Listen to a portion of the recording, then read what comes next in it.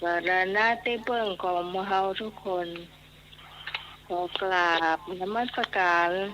พระครูปริยัติยานุสาที่ปรึกษาเจ้าคณะอำเภอเมืองเชียงใหม่เจ้า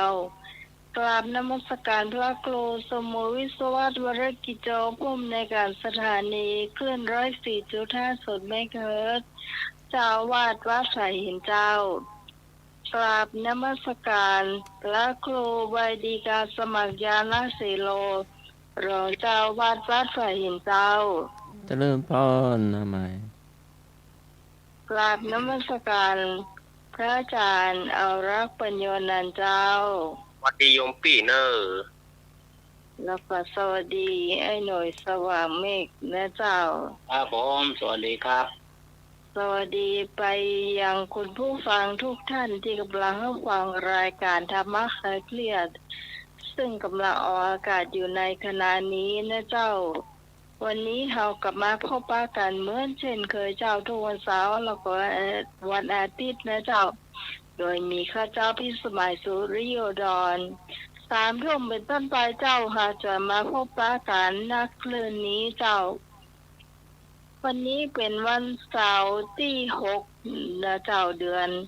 กรกฎาคมแล้วนะเจ้าเป็นเดือนที่7แล้วเนาะเดือนที่7ของปีนี้แล้วก็ไวขนาดนะเจ้าผ่านไปแล้วครึ่งปีเนอะคุณผู้ฟังครึ่งปีผ่านไปแล้วนะเจ้าเนาะก็วันนี้ข้าเจ้ามีเพลงคุณได้เลือกนะเจ้าใจสั่งมาของเสกโลโซนะเจ้าอันนี้มันคนละสไตล์เนอะใจสั่งมาของเสกโลโซแต้มเพลงหนึ่งอีกครึ่ง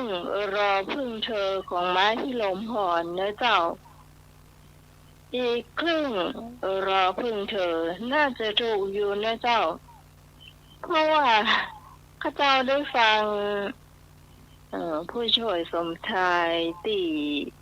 เป็นผู้ช่วยของพ่อหลวงหมู่บ้านหมู่4เนี่ยคนเปิดเข้าตรงวันน่ะมันม่วนดีเนาะลืมถามไปเจ้ามันชื่อเพลงอย่างกันแน่เนาะ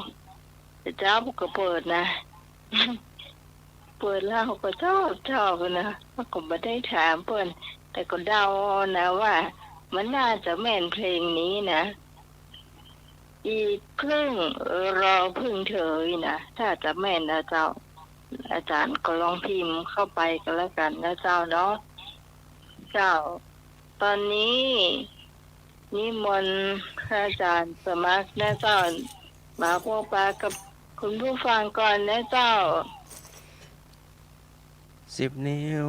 อัญชลีวันทาอธิวาทกบกราบแด่องค์สมเด็จพระสัมมาสัมพุทธเจ้าตลอดถึงพระอรหันต์ผู้ห่างไกลจากกิเลส10 นิ้วขอกราบถวายความเคารพพระมหาเถรานุเถระผู้มีเมตตาอย่างสูงผู้ปฏิบัติดีปฏิบัติชอบตลอดถึงหลวงพ่อพระครูสมุวิศวะผู้อำนวยการสถานีพุทธศาสนาหลวงพ่อเจ้าวาดวัดฝ่ายหินที่เมตตาอย่างสูงตลอดถึงครูบาอาจารย์ทุกรูปเน้อขอกราบนมัสการแล้วก็นมัสการอาจารย์สมณเณรเอาลักษ์ครับผมผมนมัสการครับครับผมหน้าไหมตัวเน้อหัวหน้ารายการธรรมะคลายเครียดเรานมัสการเจ้าลุงหนุ่ยตัวเน้อครับผมนมัสการครับนะครับแล้วก็ท่านผู้ฟังทางบ้านทุกท่านเน้อขอเจริญพร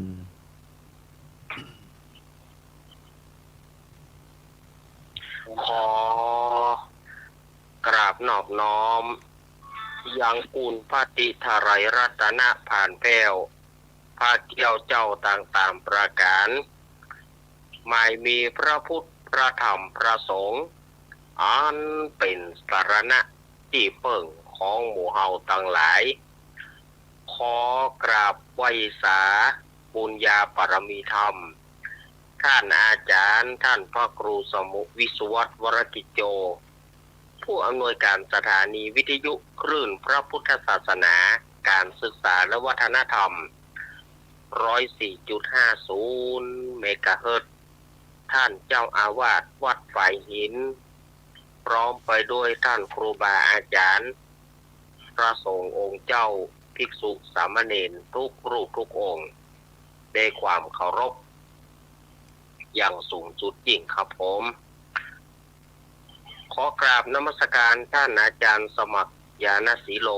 ด้วยความเคารพครับผม ครับผม แล้วก็สวัสดีโยมพี่พิสมัยผู้ดำเนินรายการ เจ้านมัสการเจ้า แล้วก็ขอสวัสดีลุงหนุ่ยด้วยเนอะผมนมัสการครับอาจารย์ครับ แล้วก็เจริญปอนคณะสัตยาญาติโยมศรัทธาสาธุชนคนดีเฮาทุกท่าน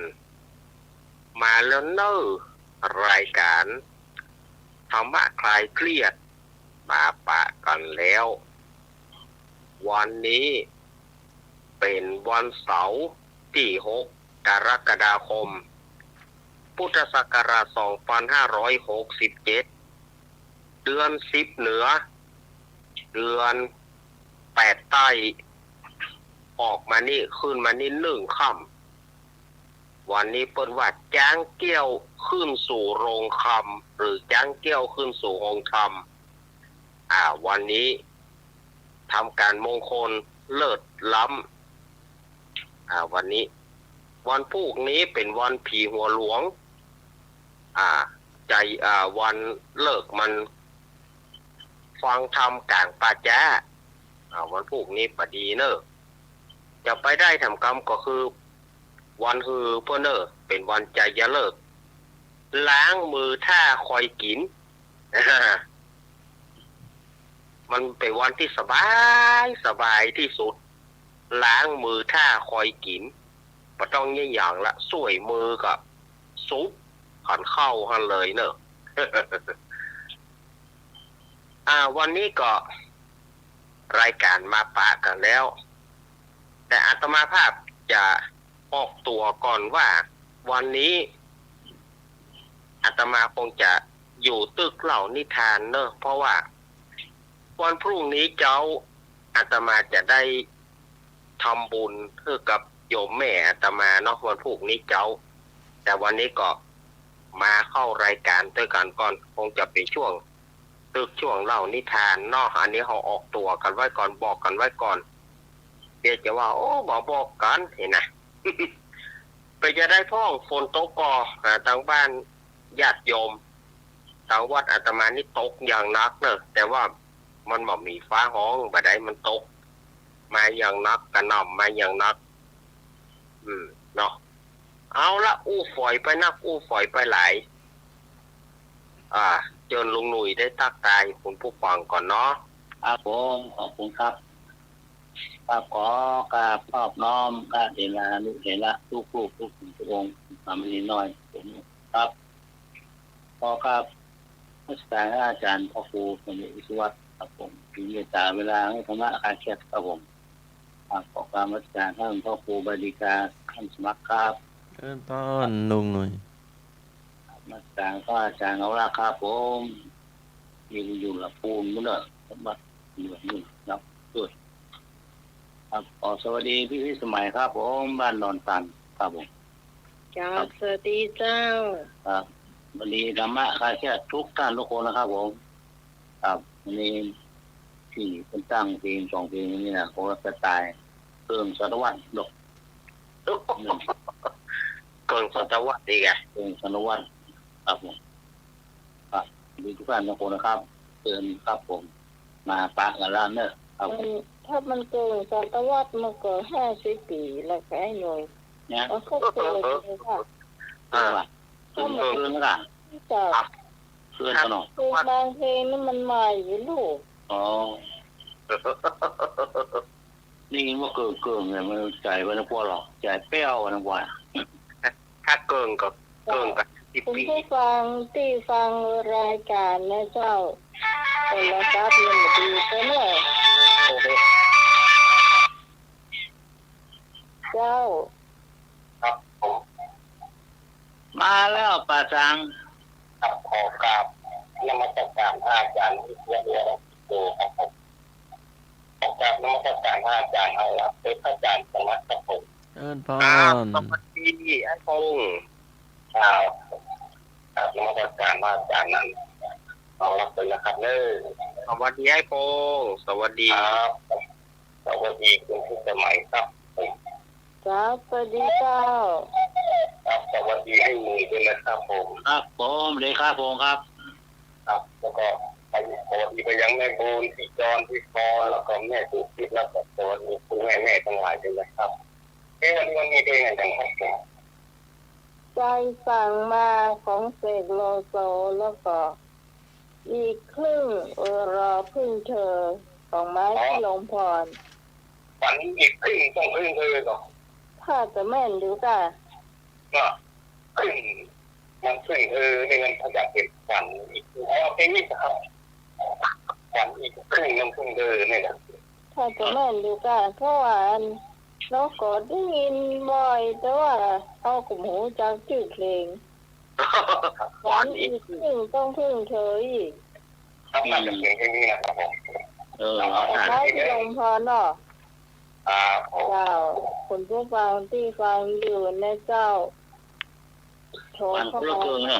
ในเจ้าของสถานียังเดินสายบะแล้วเตื้อ3 วันแล้วเต้าบะแล้วเตื้อ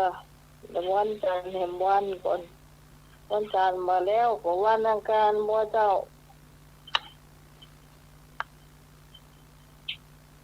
มาตั้งแต่วันพุธแล้วมันหนักลำไปเนาะ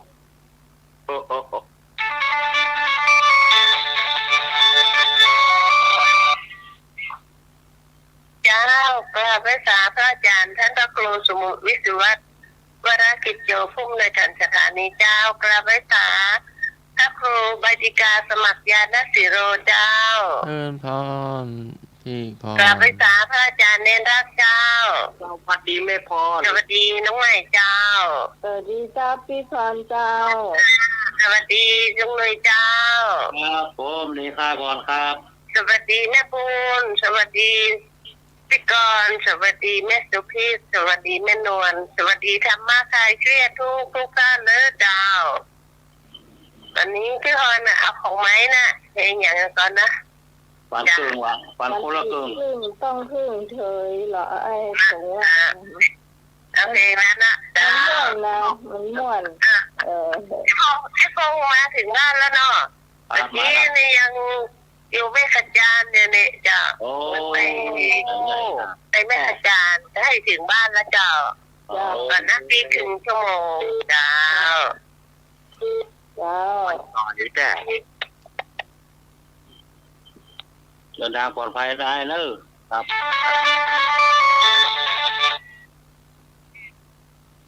เจ้าน มัสการครับ มาแล้วไม่ลืม แท้ครับ เนี่ยพี่นานสมบูรณ์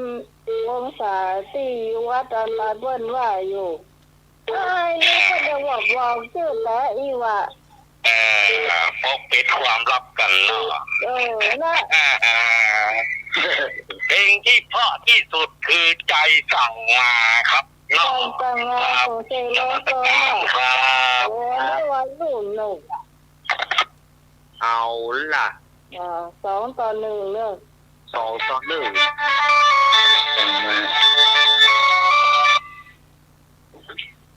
เจ้า เจ้าพี่สองเจ้า พี่เตา ไม่หลง ขึ้นระวังต้อง วันอีกครึ่งต้องพึ่งเธอนะมาเห็นเป็นของวนแคนแกนคูนไปย่า มี2 คนที่ห้องนะ นะ 2 คนที่ห้องบนแทนก็ห้องแต่ไม้พิลมพรก็ห้องเขามาเปรียบเทียบกันน้องกูฟังละมันคือกับมันแทนเขามาเปิดละแต่ไม้พิลมพรนี่ม่วนเจ้า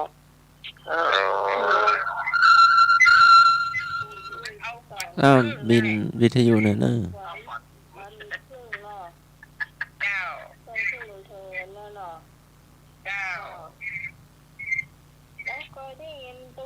คนเนี่ย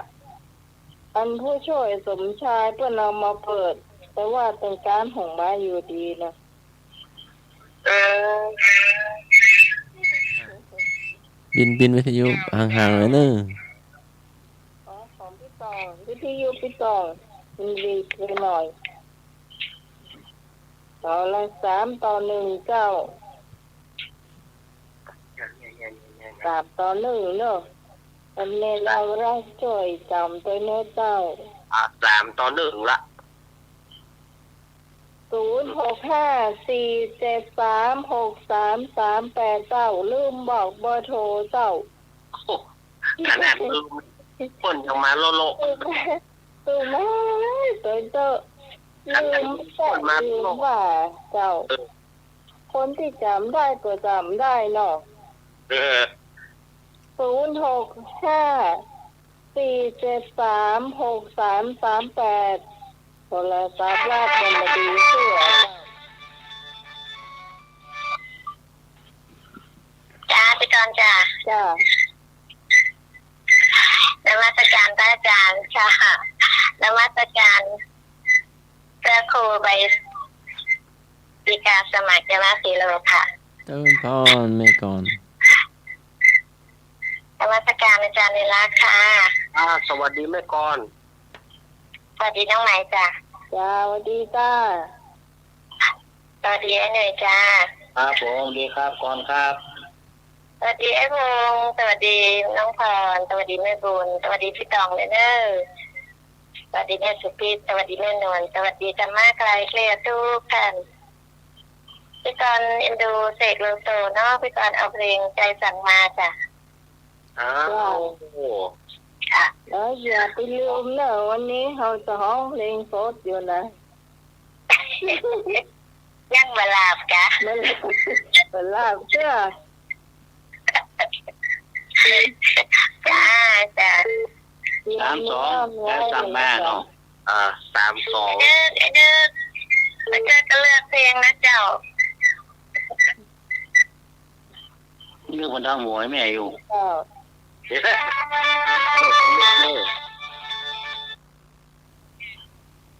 เจ้า เจ้า เจ้าสวัสดีเจ้า ครับผมมาแล้วโกโกโก เป็นคำภาษาว่าศาสตราจารย์เด้อภาษาธรรมะเลยเจ้าภาษาในรักเลยนะเจ้า สวัสดีแม่บูน เจ้าสวัสดีน้องใหม่เจ้า เจ้าสวัสดีเจ้า สวัสดีให้หนูเด้อ ครับผมครับดีครับบุญครับ เจ้าสวัสดีไอ้พงษ์ตัวน้องกรณ์ตัวน้องพรตัวแม่ชุดพิษตัวเนาะแม่ยังก็ที่อยู่กูน่ะมันจืดก็ละทุกขั้นก็แล้วกันเนาะ ครับ เพลงของไม้นั่นน่ะ ไม่เนาะเนาะครับผม เจ้า ไม่ที่ลมพรเนาะ เจ้า เจ้า 4-2 ขอบคุณเจ้า สวัสดีเจ้า 4-2 4-2 4-2 โชว์ ฟันคนละเกิน 065-473-6339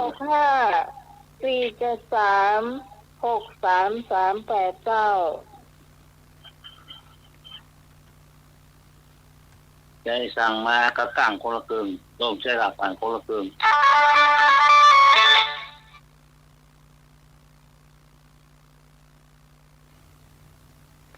เจ้า ตามนะเจ้า ตอนแม่สุพิษ มาแล้วไม่ย่อย ว่าใดเจ้า เอาไม้นะ3นะเจ้า ฮะ โอ้เอามือไว้หน่อยเหรอ เอา ต้นไม้หน้าสาม ซึ่งเจ้า เอา ที่ ท่านอาจารย์สมาร์ทเจ้า เจริญพร สวัสดีลูกแมนเจ้า สวัสดีแม่ เจ้า สวัสดีไอ้หนุ่ยเพื่อนเจ้า ครับดีครับผม สวัสดีไอ้พงษ์เสียงรอเจ้า สวัสดีพี่พรคนงามเจ้า สวัสดีแม่บุญเจ้า สวัสดีพี่กรณ์กมลคนเก่งเจ้า สวัสดีพี่สาวเสียงมะนาวน้ำพึ่งเจ้า อะไรล่ะ เดี๋ยวพูดพัฒนาเดี๋ยวมันบอกพูดแล้วหน่อยก็ เป็นพี่หนูเพชรเหมือนกันเนอะ เดี๋ยวพัฒนาบอกพูดเอาน้อง บอกพูดมาแล้วเลยนะ งาวก็มีบุกคูดก็มีอะ มีมนต์เนาะ ครับ มีหมดยาวอย่าง ค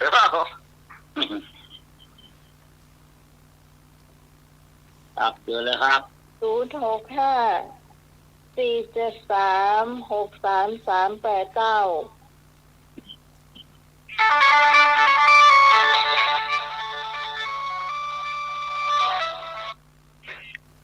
เดี๋ยวนี้เขาจำมาได้เนาะ ครับไปจ้า มาแล้วเขยา ผู้ไปที่การสมัครจะได้กิโลครับผม พร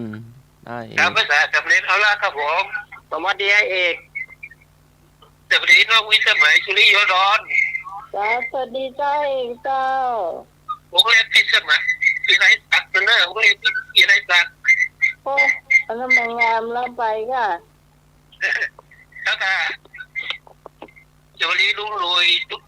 ชาวบ้านเมฆ ครับผมเลยครับเลยครั ล บ องมาหมาบอกเนอะ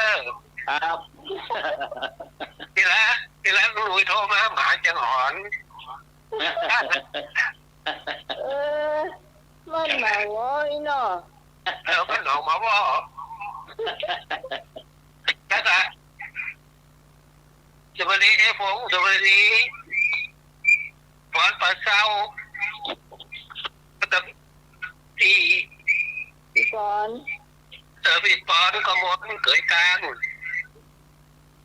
แล้วก็แม่บุญแม่นวล ครับ แล้วก็ อยากจะพี่ ลูกแก้วตาบนด้วยเนอะ โอ้ย ลูกแก้วตาบนโทรเมื่อกี้นะ เจ้าสาวมวน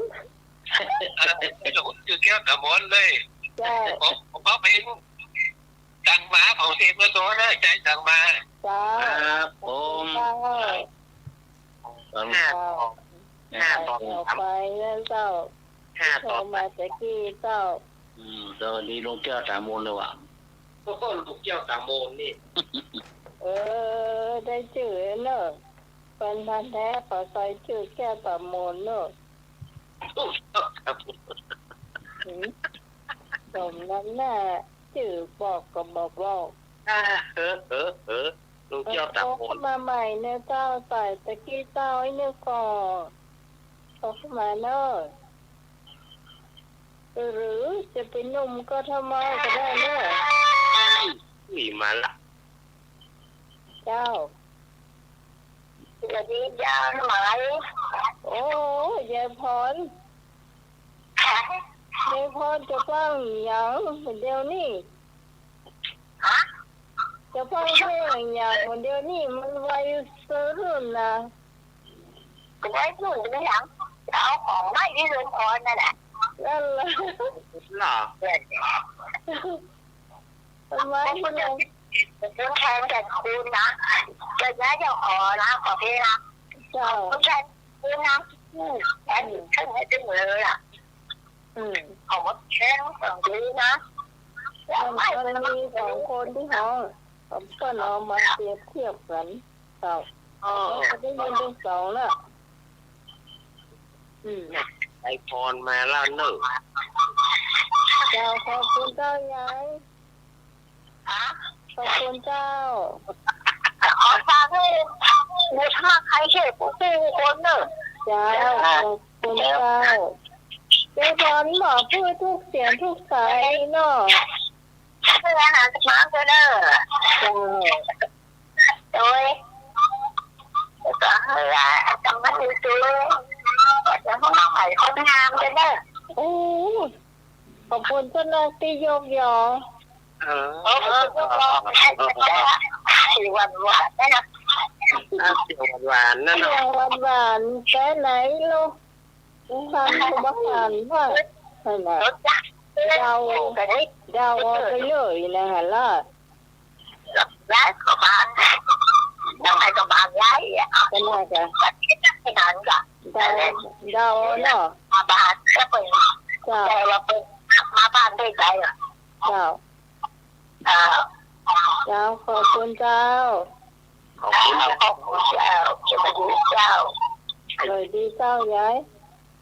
เจ้ารับฝันดีเนอะ โอ้ไปฟังรับตะก้า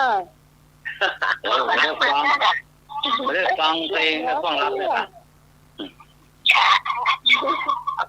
จกอยากเนอ เจ้า ชุบ เจ้าขอบคุณเจ้า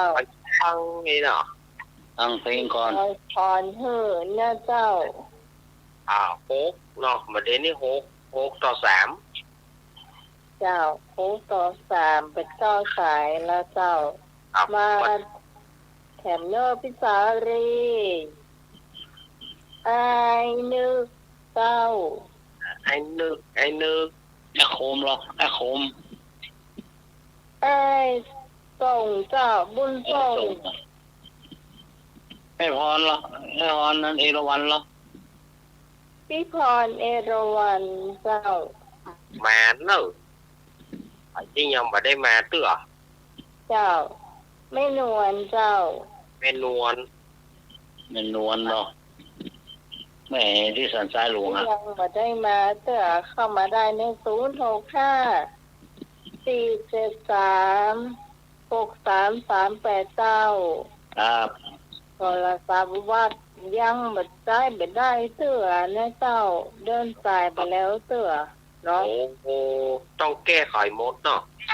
เจ้าแม่เจ้า mà ít trái nương เจ้าน มัสการครับ ว่า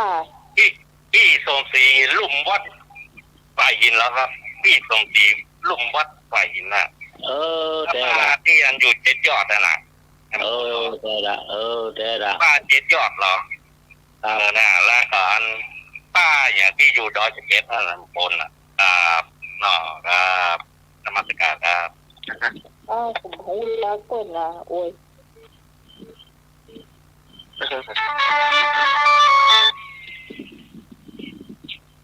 เจ้า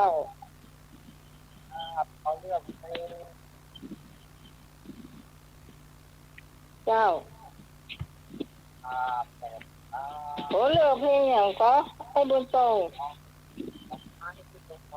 ไม้ที่ลมพร ồ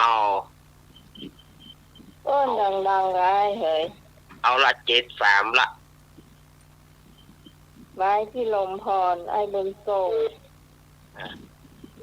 บุญส่งวันนั้นละ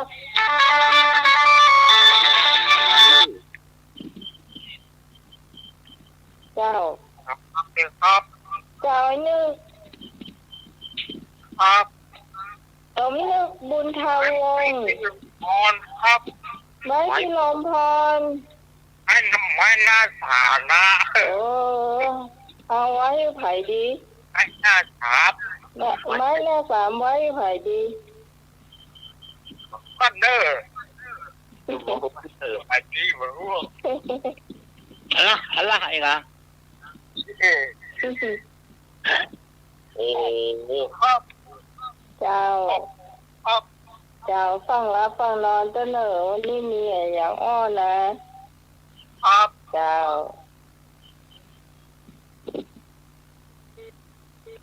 โอ้กี่สายนี่ 8 ต่อ 3 8 ต่อ 3 ครับ หรือ11สายเนาะ โอ้โห น้ำสัก1สายได้ก็เจ้าน้ำสัก1สายล้อตังดอยสะเก็ดมีไหนไอ้บางดอกแดงเจ้า ตาย พี่สาวต้น ใครเหรอ เจ้า ไม่ห้องใครเหรอสันทรายหลวงเหรอเนี่ยสันทรายหลวงอ่ะไม่จันทาชื่นใจสักสายหรอ โอ้แม่จันทาชื่นใจนี่ต้องขอบคุณนักนักเนื้อเจ้าเป็นผมเติมบุญเฮาเข้ามาคน มี เฮามา600เติมมาหำตึงปันก่อนนะ โอ้อันโม ข ท อบ นา คุณ บุ นั ญ กนักเนื้อเจ้า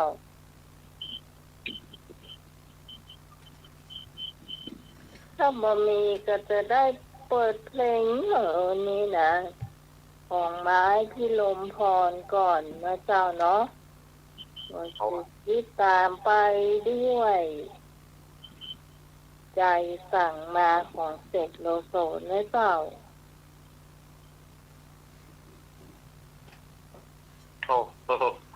คุณผู้ฟังที่ฟัง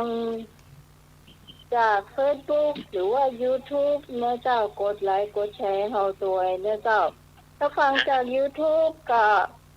พิมพ์ว่าวัดสายหินนะเจ้าก็จะ แล้ว ขึ้น พี่นาสมบูรณ์เนาะพี่นาสมบูรณ์เนาะเพลงหยัง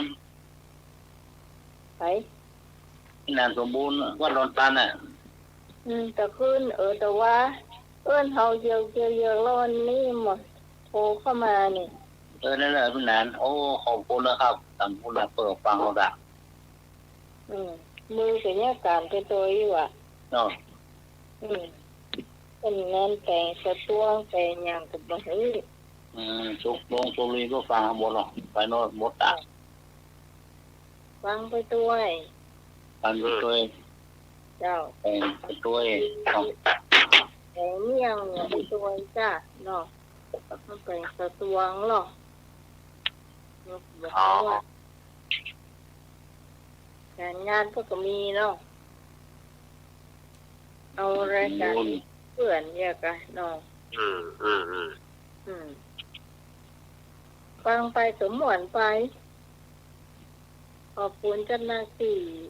ชอบรายการนะเจ้าชอบก็บอกตอนไปโดยเฉพาะคุณผู้ฟังที่ฟังจาก Facebook หรือว่า YouTube นะเจ้า YouTube นี่พิมพ์ว่าวัดสายหินนะเจ้าแล้วมันก็จะขึ้นมาเนาะแล้วก็ช่วยกดไลค์กดแชร์เอาตัวไว้นะเจ้าฟังรายการธรรมะคลายเครียดแล้วเป็นจะได้คอมเมนต์เข้ามาได้นะเจ้าแล้วมันจะไปขึ้นที่อาจารย์นะเจ้าเพราะก็ทานีก็จะได้อ่านเนาะว่าการจัดรายการของหมู่เฮานั่นเป็นจะได้พ่องนะเจ้า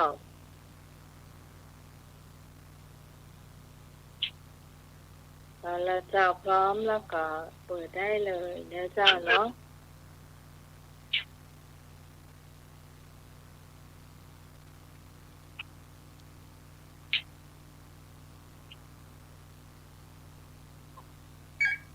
ฮัลโหล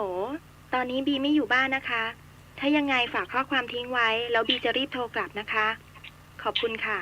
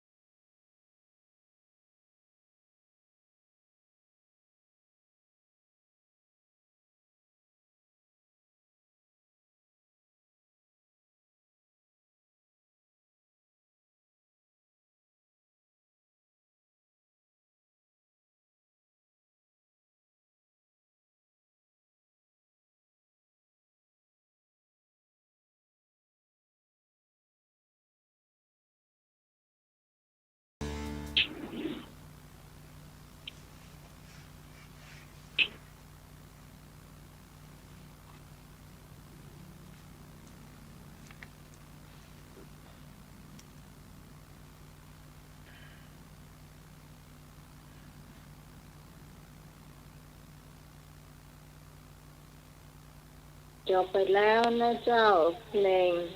ใจสั่งมาของเสกโลโซเจ้า ต่อไปเป็นอะไรอย่าง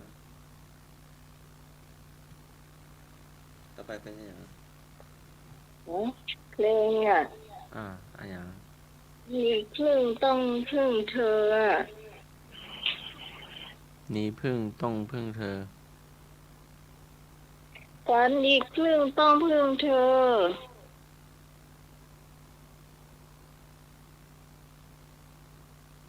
ฝันอีกครึ่งต้องพึ่งเธอ ฝัน ครับ ฝันแหมครึ่งคืน ฝัน อ๋อจะเขาคู่กับอาจารย์สมัครแต่งใหญ่เลย ฝันอีกครึ่งต้องพึ่งเธอ อันนั้นมาเกิดยังไม่เคยได้ยินนะ เนาะ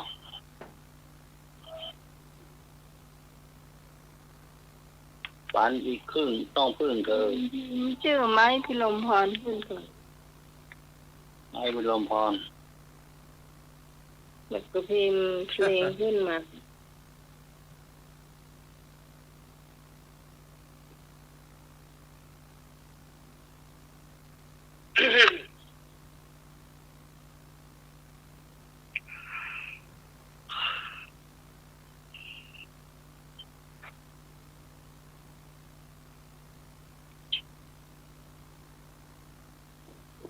แสดงว่าอาจารย์สมมาเป็นคน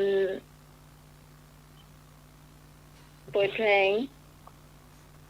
อาจารย์มาครู เพราะว่ามันอย่ามาจ้า เอาไม่ได้อาจารย์มาครู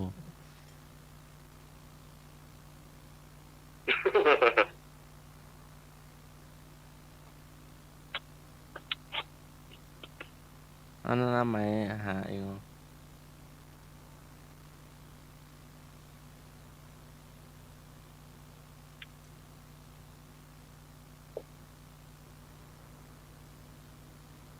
ไม้บุญลมพรฝันอีกครึ่งต้องพึ่งเธอดุ เนี่ยฝันแถบเกิงเนาะ ครับ ทั้งเกิงนึ่งผ่านละ เดี๋ยวนะแต่นี่อะไร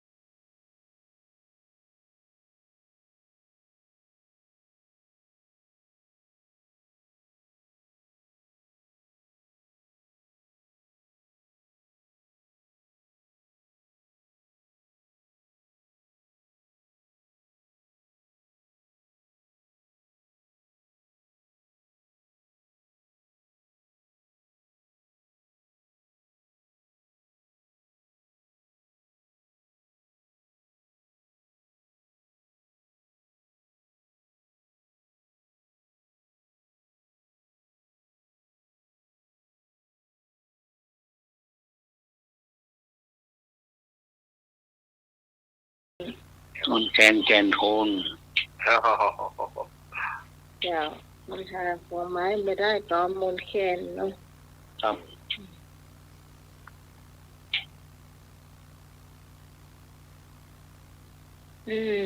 เพลงก็ม่วนเนาะเนื้อหาสาระก็ดีอ๋อ นี่เหมือนกันม่วนคือได้ยินก็ถึงชอบละเพลงไอ้อย่างที่มันสะดุดใจเฮาปุ๊บนะมันถึงชอบ ถึงใจสาวน้อยฝันถึงเธออีกอ่ะ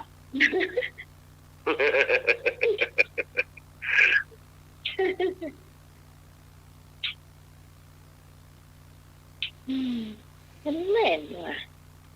อืม มันแม่นว่ะไอ้พงใส่หัวไอ้หน่อยเนี่ย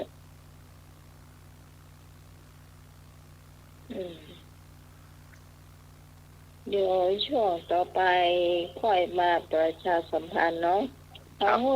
สามเณรเรารับปัญโยนันท์เล่านิทานก่อนนะ มา คะ แล้วเอานิทานก่อนเนาะก่อนครับผม ครับ อาจารย์เพิ่นมีภารกิจครับผม เจ้าโอกาสก่อนนะเจ้า ค เนาะ รับผมครับนี่นิทานมา ครับ ช่วงของเล่านิทานเนาะประทายญมวันนี้ก่อนที่จะได้เล่านิทานก็วันพรุ่งนี้เนอะไปจะไปร่วมหล่อเตียนที่วัดม่อนจอมพออำเภอเวียงป่าเป้าจังหวัดเชียงรายก่อนน้อมเจริญปอนเนอร์นะเพิ่นจะหล่อเตียน แล้วเพิ่นจะไปตาลปุ้นภาคอีสานนะปีนี้เพิ่นจะไปตาลที่ภาคอีสานในวันที่23ถึง25สิงหาคมอันนี้เพิ่นจะไปตาลแต่ว่าหล่อเตียนที่วัดม่อนจอมพอวัดหลวงปู่ดอยเด้อวัดหลวงปู่ดอยวันพรุ่งนี้ถ้าใครจะไปร่วมเปิ้นเนาะใครจะไปร่วมหล่อเตียนก่อนน้อมเจริญปอนได้เลยนิทานวันนี้ไอ้นึกผู้ขอ วันนี้นะไอ้นึกขอไว้เมื่อวันเสาร์ที่แล้วไอ้นึกคนชอบตรงที่ว่าตาเหลียวเอาโกมแย่เข้าตาเสือเนาะไอ้นึกว่าชอบเรื่องนี้เพิ่นเลยขอไว้เล่าเอามาเล่าให้นึกฟังมานึกเนาะก็คือเรื่องในหนังสือพวกบอกว่าตาเหลียวตกปลาไหลแต่ว่าเขาพูดกับตาเหลียวยับป่าเยียนนั่นนะสถานญาติโยมเป็นนิทานในหนังสือหนังสือป .4 เล่มที่2ก็อันนี้อาตมาก็มันลืมไปหมดแล้วนี่นะแต่ว่าจำเนื้อถ้อยกระทงความของนิทานเรื่องนี้ได้อยู่เป็นนิทานชาวบ้านเนาะเรื่องตาเหลียวยับป่าเยียนเนี่ยเอามาเล่าให้ไอ้นึกฟังไอ้นึกเป็นผู้ขอเพื่อเป็นการเสียเวลาก็อาตมาภาพจะได้เล่าให้ฟังเลยเนาะมีพ่อใจสูงอายุชื่อตาเหลียวแต่เรื่องนี้มีคนถามอาตมามีคนค้านอาตมามาว่าชื่อเปิ้นอย่างอ่านชื่อเปิ้นน่าจะเป็นตาเหลียวแต่ว่าในหนังสือบอกว่าตาเหลวสระเอหอรอวอมันเป็นตาเหลวในหนังสือเนาะมันจะว่าอาตมาจะว่าบ่ถูกนะอันนี้ในหนังสือเปิ้นเขียนมาอย่างว่าตาเหลวสระเอหอรอวอเนี่ยมันไม่ใช่ตาเหลียวนะแต่ให้ญาติโยมเนาะอาตมาก็เอาตามที่เปิ้นเล่ามาเรื่องตาเหลวยับป่าเยียนก็มีพ่อใจคนหนึ่งชื่อตาเหลวนี่เป็นนักหาป่านักตกป่าตัวยงบอกว่าจะวันนั้นจะเป็นวันอันหยังฝนจะตกฟ้าจะห้องเป็นวันเดือนดับเดือนเปงเป็นวันจันทคาตือเดือนก็ดีหรือว่าจันทรุปราคาสุริยุปราคาจะเป็นวันไหนกระจ่าง ตาเหลวเนี่ยจะตกป่าได้อย่างนักกู้เตือในบรรดาชาวประมงทั้งหลายที่อยู่ใกล้ๆนั่นก็จะขั้นค้ามในการย่อป่าของตาเหลวนี้มีอยู่วันหนึ่งตาเหลวเนี่ยก็คิดว่าแถวนี้หาป่ามานักแล้วควรจะไปหาที่อื่นแต่ว่าเรือของตาเหลวเนี่ยมันลำน้อยก็เลยไปขอยืมเรือไปขอยืมเรือของเพื่อนบ้านเพื่อเอาไปตกป่าที่อื่นตาเหลวก็เกียมเหยื่อเบ็ดไปเกียมอย่างไปตะปะละไปแถมตีหนึ่งที่ก่อยออกไปจากที่เคยเอาพอไปถึงกับตาเหลวนี่ก็ใส่เหยื่อเบ็ดแล้วก็เอาเบ็ดมัดติดกระทงเรือเอาเบ็ดไปมัดอย่างนั้นนะเอาเบ็ดมัดกระทงเรือเนาะแล้วก็ นั่งท่าเพื่อป่ามากินเหยื่อวันนั้นบอกฮู้ว่าเป็นอะไรอย่างปลาไม่ยอมกินเบ็ดของตาเหลวเปิดตัวว่าแต่คนเก่งถ้าใดก็มันย่อมผิดพลาดด้านเนาะกูเตือนในตาเหลวจะย่อป่าได้อย่างนักแต่วันนี้เนี่ยบอกฮู้ว่าเป็นอะไรอย่างปลาไม่ยอมมากินเบ็ดตาเหลวถ้ามือตาเหลวเนี่ยโอ้ถ้าจนปอไก่ปอแกนก็เลยงีบหลับไปพองีบหลับไปด้านก็สะดุ้งตื่นเมื่อสะดุ้งตื่นก็ได้หานว่าเรือตัวเก่าเนี่ยไหวยวบยับเนาะตาเหลวก็เลยพอท้องฟังมืนตาพอเรือเป็นอะไรอย่างพอปุ๊บเขาป่าตัวใหญ่ขนาดมากินเบ็ดของตาเหลวก็เนี่ยเขาพ่อมันเป็นปลาอย่างนี่เฮือเฮาจนปอไหวปอคอนนี่ก็เป็นปลาไหลหรือว่าปลาเยียน ตาเหลวนี่ก็พยายามดึง ดึงเบ็ดดึงเพื่อว่าจะเอาปลาขึ้นเรือแต่ว่าดึงบ่แปะแล้วไปบ่ปอเนี่ย ปลาก็ยังเอาเรือของตาเหลวเนี่ยจมลงติ๊กตาเหลวนี่ก็บ่ไหวก็เลยฟังไปบอกเจ้าบ้านเพื่อมาช่วยกันยับป่าเพื่อกำทีแรกหมู่เจ้าบ้านก็คือว่าตาเหลวเนี่ยเป็นคนอู้จ่าโป้ปดเป็นคนอู้โมจึงบ่มีไผจะมาช่วยแต่ตาเหลวเนี่ยก็บอกว่าแต่นะบัดจะข้าจุนะอวยไปช่วยกันบัดนี้เรือข้าจะจมแล้วนะนี่นะเขาก็เลยเจ้าบ้านก็เลยไปพ่อก็หานว่าปลาเยียนตัวใหญ่ๆเนาะ แกงใส่ส้มเนาะสถายโยมเนาะแกงใส่ส้มหรือว่าแกงกะทิเนาะเมื่อหานว่าเป็นปลาเยียนหรือว่าปลาไหลตัวใหญ่เขาก็ช่วยกันยับเมื่อยับได้แล้วตาเหลวก็ชำแหละป่าแจกหมู่เจ้าบ้านที่มาช่วยยับแต่ป่าก็ยังเหลือแถมนักอยู่ตาเหลวนี่ก็เลยเอาป่าเนี่ยไปแลกข้าวสารได้ลำเรือหนึ่งดุมันจะนักมองใดบ่ฮู้เลยเมื่อแลกข้าวสารได้แล้วก็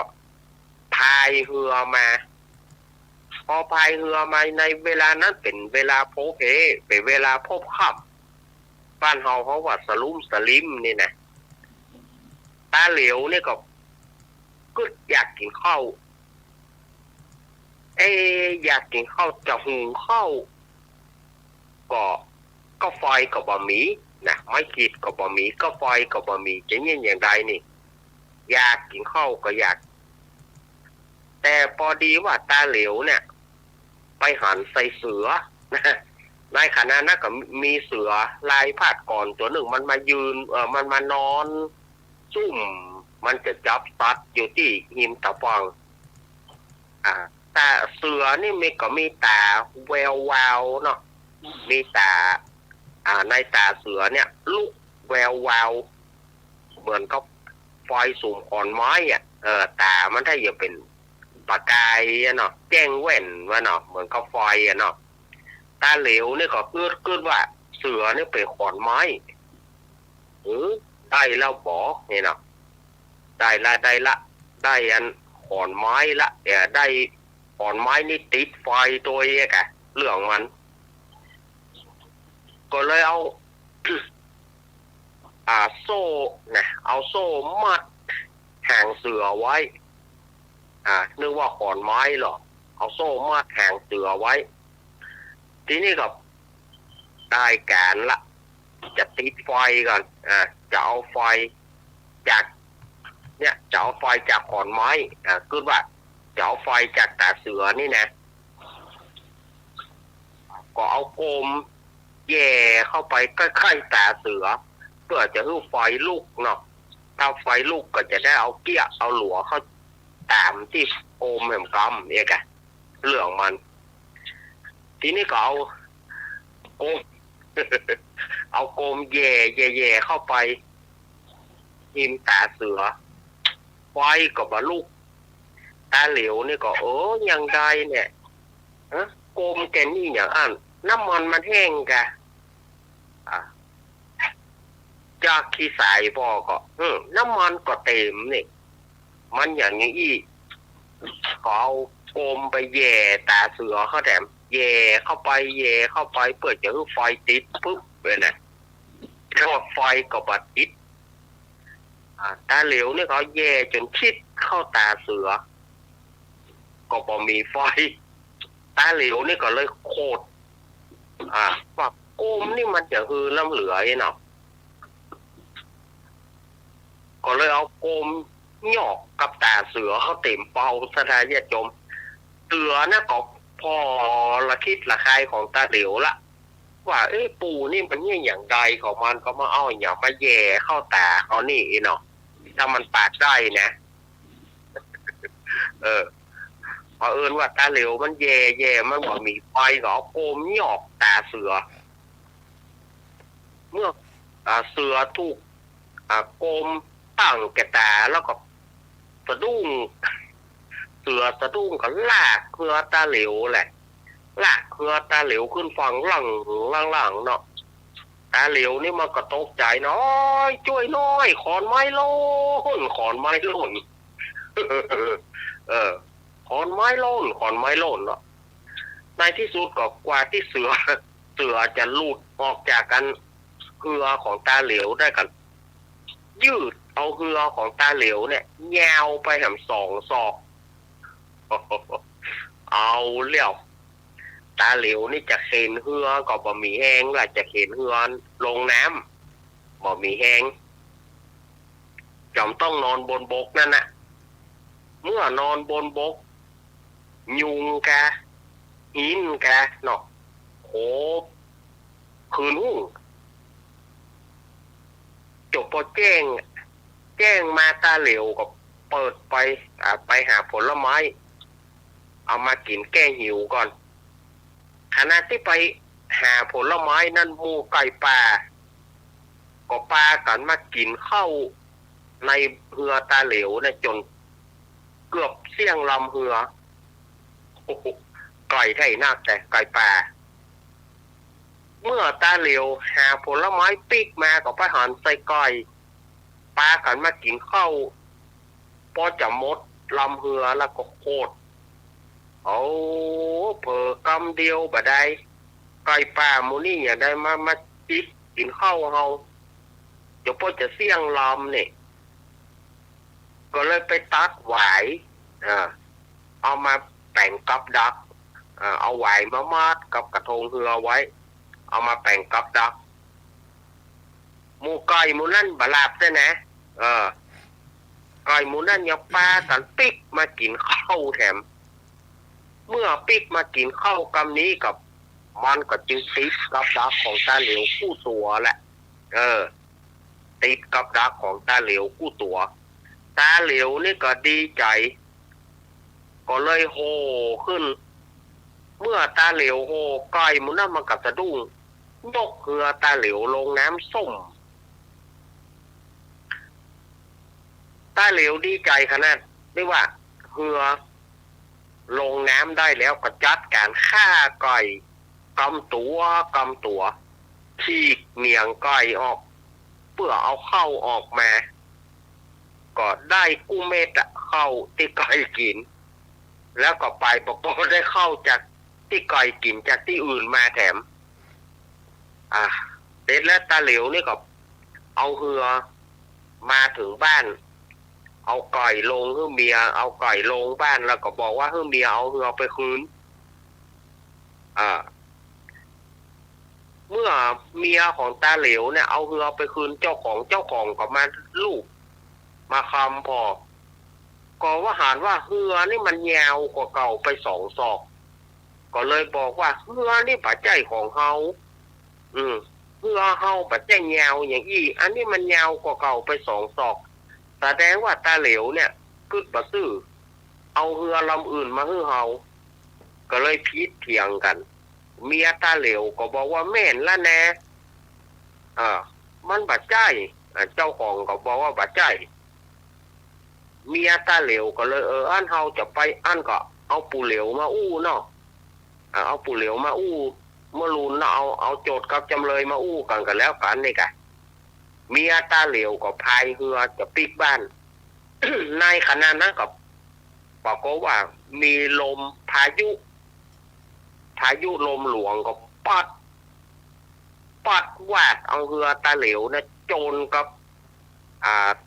บตะฟังโจนกับต้นไม้อีกโจนกับต้นไม้ตุ่มบอกว่าเรือโคตรลง2 ตอกเมียตาเหลวก็ปิกเอาเรือไปคือเจ้าของเดิมว่าข้าวเรือมาเปลี่ยนละ มีเพื่อนของตาเหลวก็มาลูกพอเรืออันนี้ลำนี้แม่นลำแต่กี้บ่แม่นมันลำเดียวกันในปบพแต่มันยาวกว่ากับไปน้อยเดียวก็ได้รู้ ก็เลยฮับเอาเรือนี่คืนเป็นนิทานที่เกิงตลกเกิงตลกเกิงม่วนเนาะอาตมาเอามาเล่าวันนี้นะอันนี้ไอ้นึกผู้ขอวันผู้ก็เอานิทานเรื่องอื่นมาเล่าเนาะวันนี้อาตมาภาพขออนุญาตเพราะว่าวันพุธนี้เจ้าอาตมาจะได้ทำบุญ100 วันให้กับโยมแม่ของอาตมาเนาะวันพุธเมื่อเจ้าอาตมาต้องตื่นเจ้าก็ขอขอบคุณท่านอาจารย์วิสุวัฒน์นะครับผมแล้วก็ขอบคุณท่านอาจารย์สมัครด้วยนะครับครับผม ขอบคุณโยมพี่สมัยเนอร์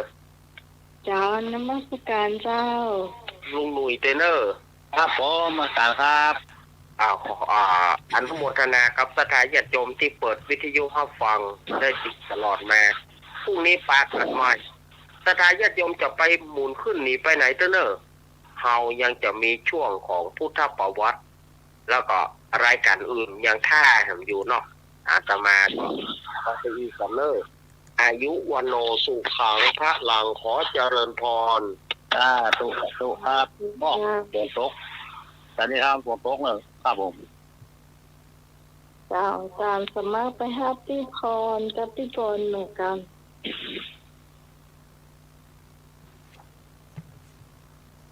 เดี๋ยวเขาก็มีรายชื่อเนาะที่พอเหลือคือชื่อไว้ตัวแต่ว่า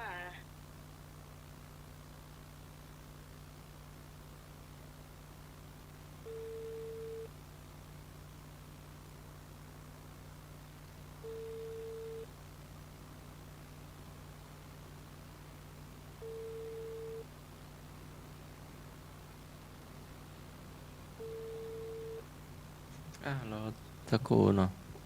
กำลังติดต่อแม่พรแม่กรเนาะ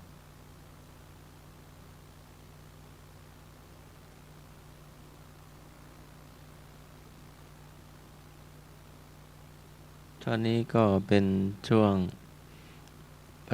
ข่าวประชาสัมพันธ์เนาะตะกี้ก็ได้ฟังนิทานจากอาจารย์อารักษ์ อ่านมาก่อนนะเจ้า จ้าแม่พรยังไม่ว่างรับสายเนาะ ฮะ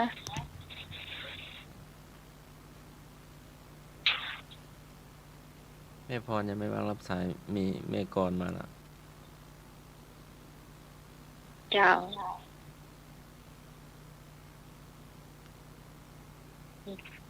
ตอนนี้ก็เสียงฝนตกดังนัง การฝนตกอ่ะการ เสียง อะไรอ่ะ เสียงดังนะขนาดอยู่ห้องเก็บเสียงเนาะ ฝนตกสันติธรรมหลายเลย ครับฝนตกอ่ะ ยังไม่ตก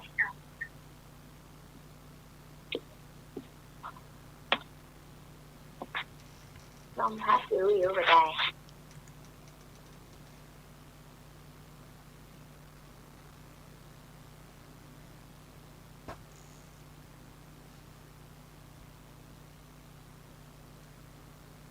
โอ้โห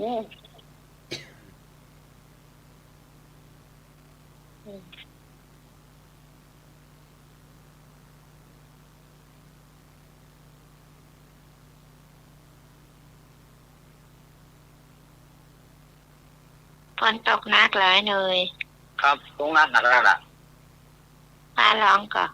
ไม่ร้องครับตกหนักตกกับบ้านอ่ะบ้านตกอ่ะครับ ยังไม่ตกจ้ะ อันนี้ได้ตกอ่ะไม่ตกหนักขนาดไหน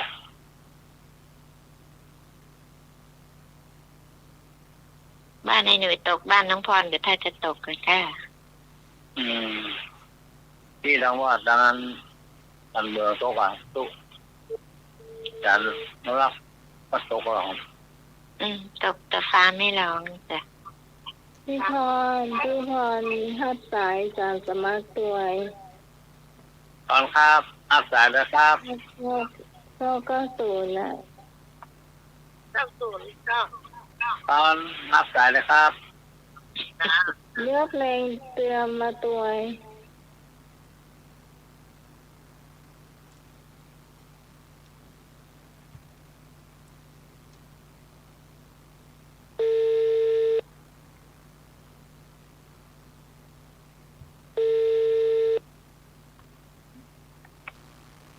เจ้า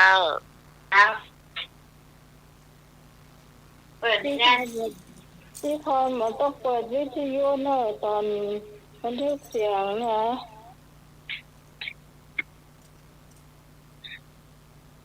จะต้องปิดวิทยุหมดจ้ะ กินที่เปิดเหรอจ้ะจ้ะเสียงดีนี่ฮะ ฝนตกอ่ะฝนนี่ใส่ทางฝนตกมากขนาดไหน จะยังตกตะกันอยู่จ้าเจ้าลงตกฟ้าเมฆเนี่ยโอ้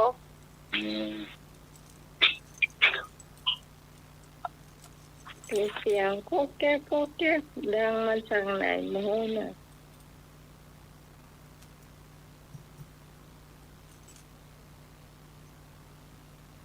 มันจะดีหรือว่าบดีวันนั้นเราก็ห้อง2 รอบเนาะ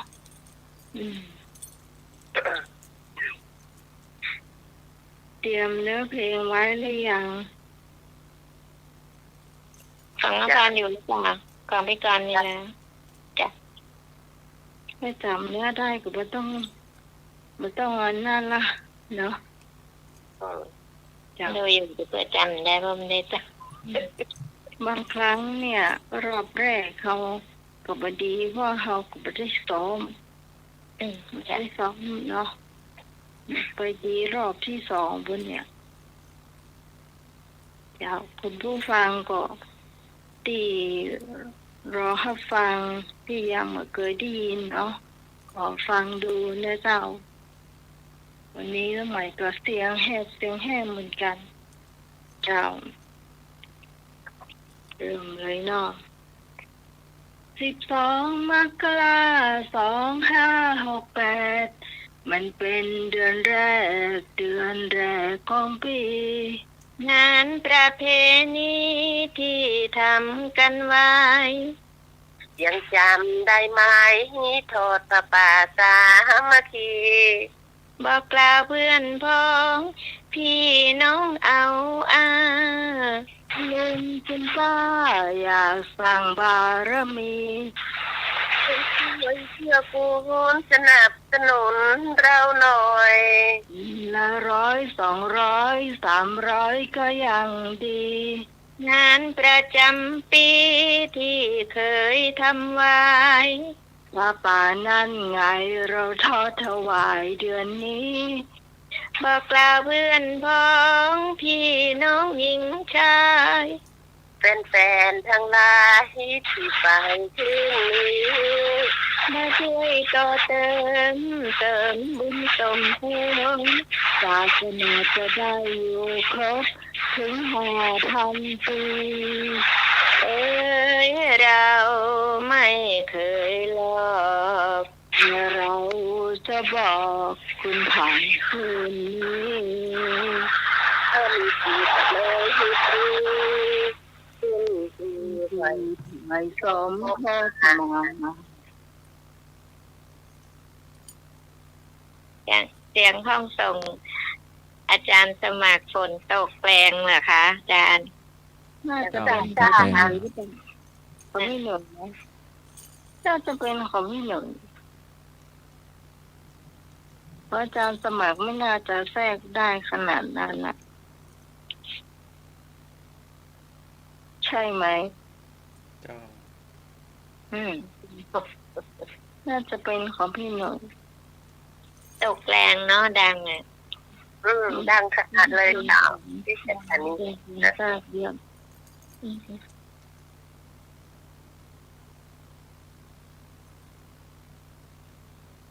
เสียงฝนจะดังมาก ใช่ ตามเมฆตั้งพระตั้งเหนือหน้าตั้งไฟหินตั้งจันทิชามานักแม่มันนิดจ้ะอยู่ด้านฟ้าเย็นเจ้า คำเดียวเฮาให้หน่วยวางสายไปแป๊บหนึ่งแล้วก็เฮืออาจารย์สมัครไป5 แผ่นใหม่เนาะเจ้าให้หน่วยวางสายไปแป๊บหนึ่งเจ้า ครับ เจ้าเพราะเสียงฝนตกแทรกเข้ามาเยอะเลยเราจะขอสักรอบหนึ่งเนาะพี่พรช่วยขยับจังหวะเข้ามาหำน้อยหนึ่งนะเจ้าพี่พร จ้ะ จะตาไปน้อยหนึ่งเริ่มใหม่เนอะ จ้ะ 12 มกรา2568มันเป็นเดือนแรกของปี งานประเพณีที่ทำกันไว้ ยังจำได้ไหม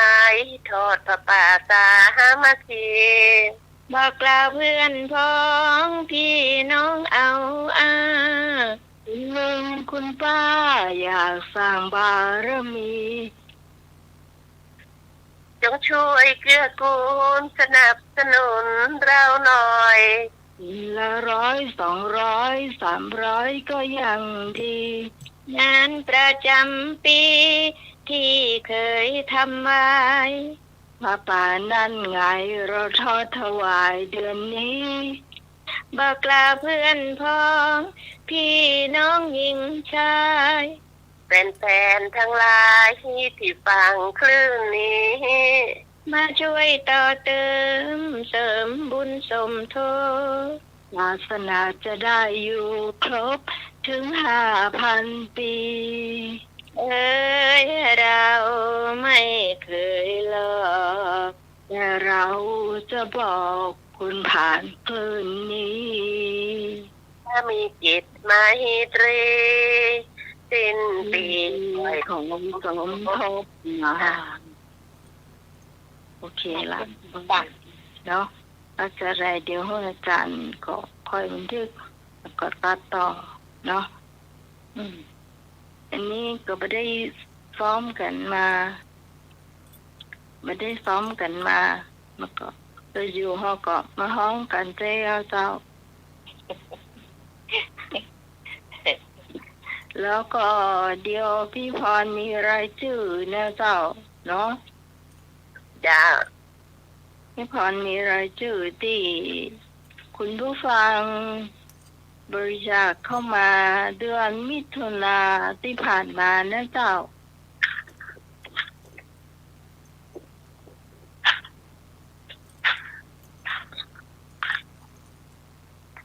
เจ้ารายชื่อที่มีผู้บริจาคมานะเจ้าอันแรกก็น้องใหม่เจ้า อาหารน้องใหม่ยอด500อาหาร500เจ้าลุงหนุ่ยลุงหนุ่ยยอด500อาหาร500เจ้า อาจารย์สมาร์ทยอด500อาหาร500เจ้าพิกรกมลยอด500อาหาร500พี่พรยอด500อาหาร500เจ้าเป้สุพิษอาหาร200ยอด200อาหาร200เจ้าแม่จันทรานี่ตอนแรกยอด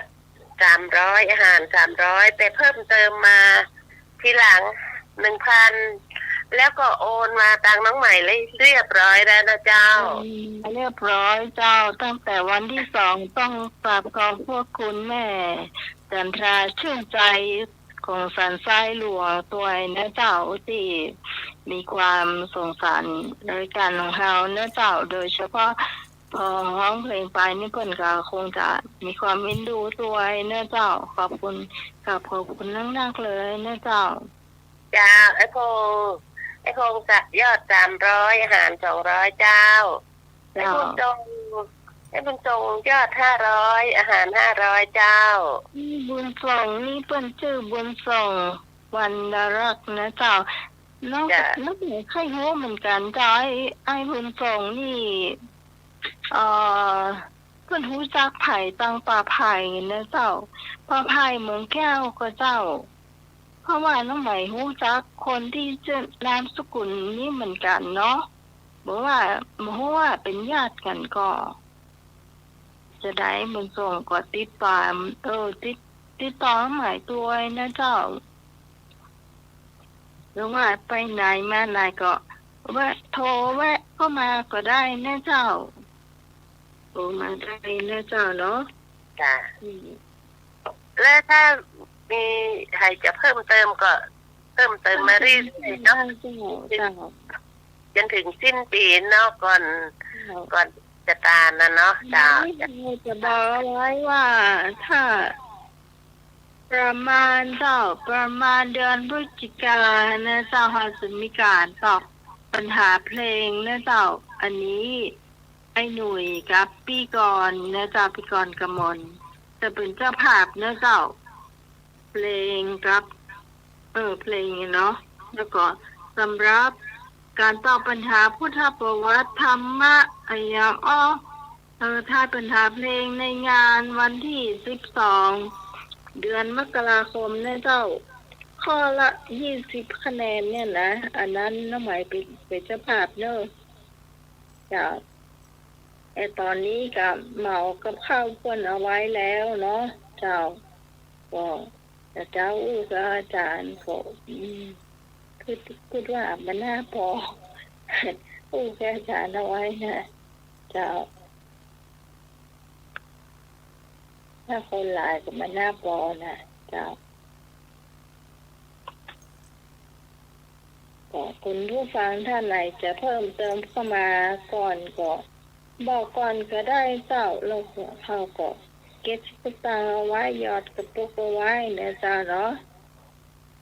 เราเห็นหลายเดือนอยู่เจ้าถ้ามาบ่ได้ก็หมายเลขบัญชีของน้องไหมนะเจ้าคุณผู้ฟังจดไว้ก็ได้เจ้าธนาคารกรุงไทยนะเจ้าธนาคารกรุงไทยสาขาแม่ริมนะเจ้า 515-068-7146นะเจ้าอันนี้ถ้าขึ้นมาปุ๊บนี่จะมีชื่อน้องใหม่ขึ้นมาเนาะ515-068-7146นะเจ้าธนาคารกรุงไทยนะเจ้าสาขาแม่ริมเนาะเจ้าก็โอนเข้ามาได้นะเจ้าถ้าโอนมาเมื่อใดก็ถ้ามีสลิปนะก็ส่งไปตามให้หน่วยก็ได้เจ้าส่งไปตามให้หน่วยก็ได้หรือว่าโทรมาบอกเขาใหม่โอนมาแล้วเนอะนี่นะให้โอนเข้าไปวันนั้นวันนี้เนาะแล้วเราก็จะได้ดูที่บัญชีของเราแล้วเจ้าขึ้นมามันก็ต้องมันขึ้นอยู่แล้วเจ้า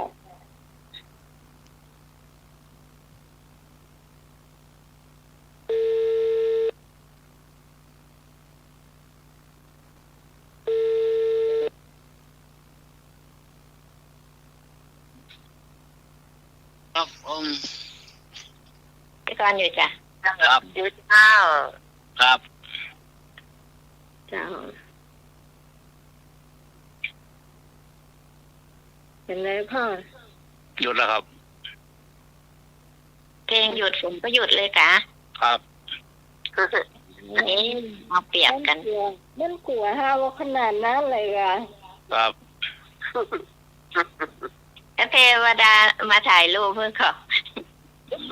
มาช่างภาพไม่อยู่ อยู่ด้านฟ้าพอเดิมปิดปิด ช่างภาพมาสวัสดีธรรม ดีดีเดี๋ยว มามันละดูมันละเดี๋ยวไปเชียวมันเลยว่า มันอยู่กับลูกมัน2 คนมั้งเหรอ โลก2 คน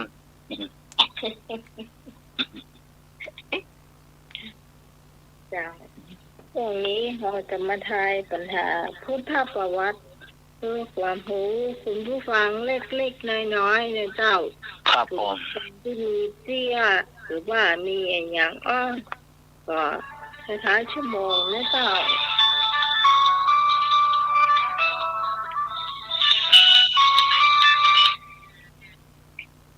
เจ้าน มัสการครับ เจริญพ่อ ผมมาได้โทรเลยครับเนี่ยโอ้คนโต๊ะขนาดเลยครับโอ้ พี่ ครับนมัสการ นี่ งั้นกะลุงแก้วตามน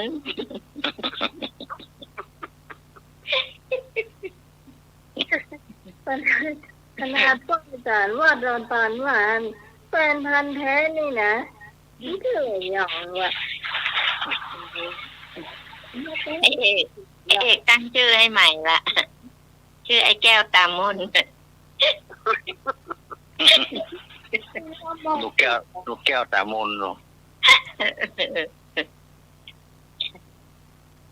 นิมนต์อาจารย์สมัครค่ะจะฟังหมด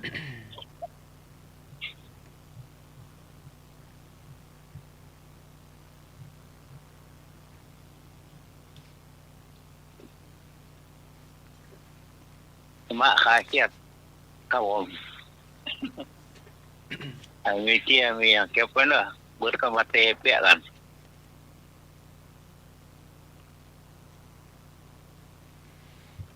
เหนียวให้หรอก นั่น พุทธ ถ้า ประวัตินี่เจ้า นันทมานพหลังปทุสร้ายพระอุบลวรรณาเถรี แล้วท่านได้รับโทษเช่นใด ก็ถูกจองจำขอถูกประชาทันข้อถูกประหารงอถูกแผ่นดินสูบนันท เขา มาน งูเจ้าสุมาเตอ่านอีกรอบหนึ่งจาน นันทมานพหลังปทุสร้าย พระอุบลวรรณาเถรี แล้วท่านได้รับโทษเช่นใด ก็ถูกจองจำขอถูกประชาทันข้อถูกประหารงอถูกแผ่นดินสูบ เจ้าพี่พรเอาเข้างองูเจ้า ถูกแผ่นดินสูบเจ้า ครับ เรื่องงองูเหมือนกันนะฮะ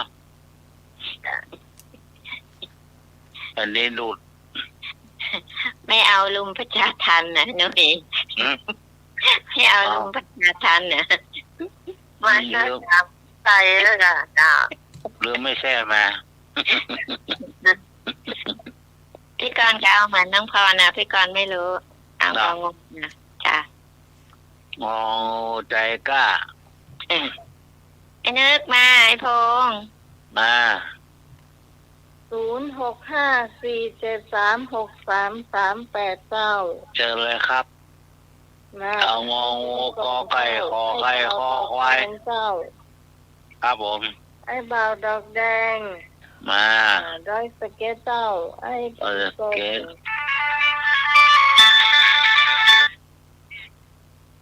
เจ้า ครับผม เจ้า งองูครับเป็นดินสลูครับผม ไอ้พงภาษา ไอ้พงษ์ถึงบ้านหรือยัง ไม่หลีเนาะโอ้ไอ้พงนั้นลื้อหลวงมาเลย ไอ้เลื่อหลงไอ้ มาถึงหลง เป็นชื่อบุญทันเนี่ยแม่งก็ไอ้พงษ์ เนี่ยแบบพื้นนี่หลงมันเป็นตัวใหญ่อ่ะออกมาดูมันจบปัญหาเลยทำมาผมก็ตัวหาบาทดู พงหรือมันนะครับ หลงตัวใหญ่ๆอ่ะ อ๋อ ไอ้พงษ์เดินทางถึงบ้านหรือยัง แล้วก็ดูแต่ของลูก40 นาทีอ่ะ อ๋อจ้าดีละ ตอนนั้นอยู่บนแดนน้ำแก้วกับพี่โอมาบาท อ๋อจ้าดีละ 8 โมงมันหมอก็ทำไปกดไปเนาะ วันนี้มีเรื่องอย่างมาเล่าฟังกำเนิดพี่กรณ์ไม่มีวันเนี้ย เหลามันเงินเดี๋ยวเราขึ้นมาก่อน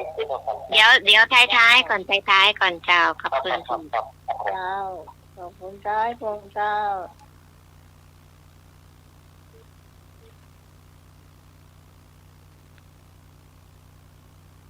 มาเนอะคุณผู้ฟัง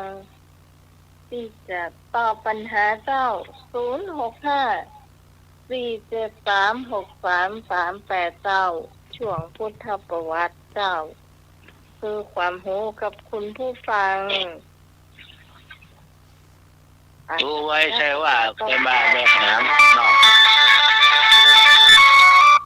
มาเลยครับ มันมีพิษมีทุกข์ เจ้า เจ้าติดจะน้องไหน แม่นวล มาแล้วแม่นวลกระแดด ท่านสมาเจ้าสารแล้วก็ข้าจะนุรักษ์ตัวไหนก่อนวันนี้พี่กรณ์เป็นนอกพี่กรณ์เป็นแม่เจ้า เจ้า สวัสดีค่ะแม่นวลจ้ะ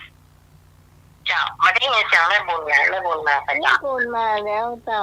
บุญมาเจ้าค มา รับ แล้วค่ะ มาแล้ว ครับ เจ้า แม่บุญมาละ อ๋อไม่เป็น ถ้า ไร ก็เลย4 ทุ่มไปนี่แม่บุญถ้าจะบัได้เข้าเพราะว่าหลานน้อยเป็นหลานน้องคิมอ่ะเนาะเป็นนอนป่วยเนาะแล้วเป็นก็เจ้า แม่นวลสอบข้อมูลนะเจ้า เจ้า น้องงูน้ำหนอ น้องอันโทรไปอู้กับ เรียนด้วยเดินนะเจ้า ครับผมดีครับ ทำมาตั้งใจทุกคนในนอก อ้าวบินวิทยุหน่อยแม่ เจ้า ขอบคุณครับ เอาแผ่นดินสุกค่ะ ดิน เสียงกล้องแม่ แม่นวล เจ้า อ้าวบินวิทยุไปหน่อยแม่ ครับอยู่ในนวล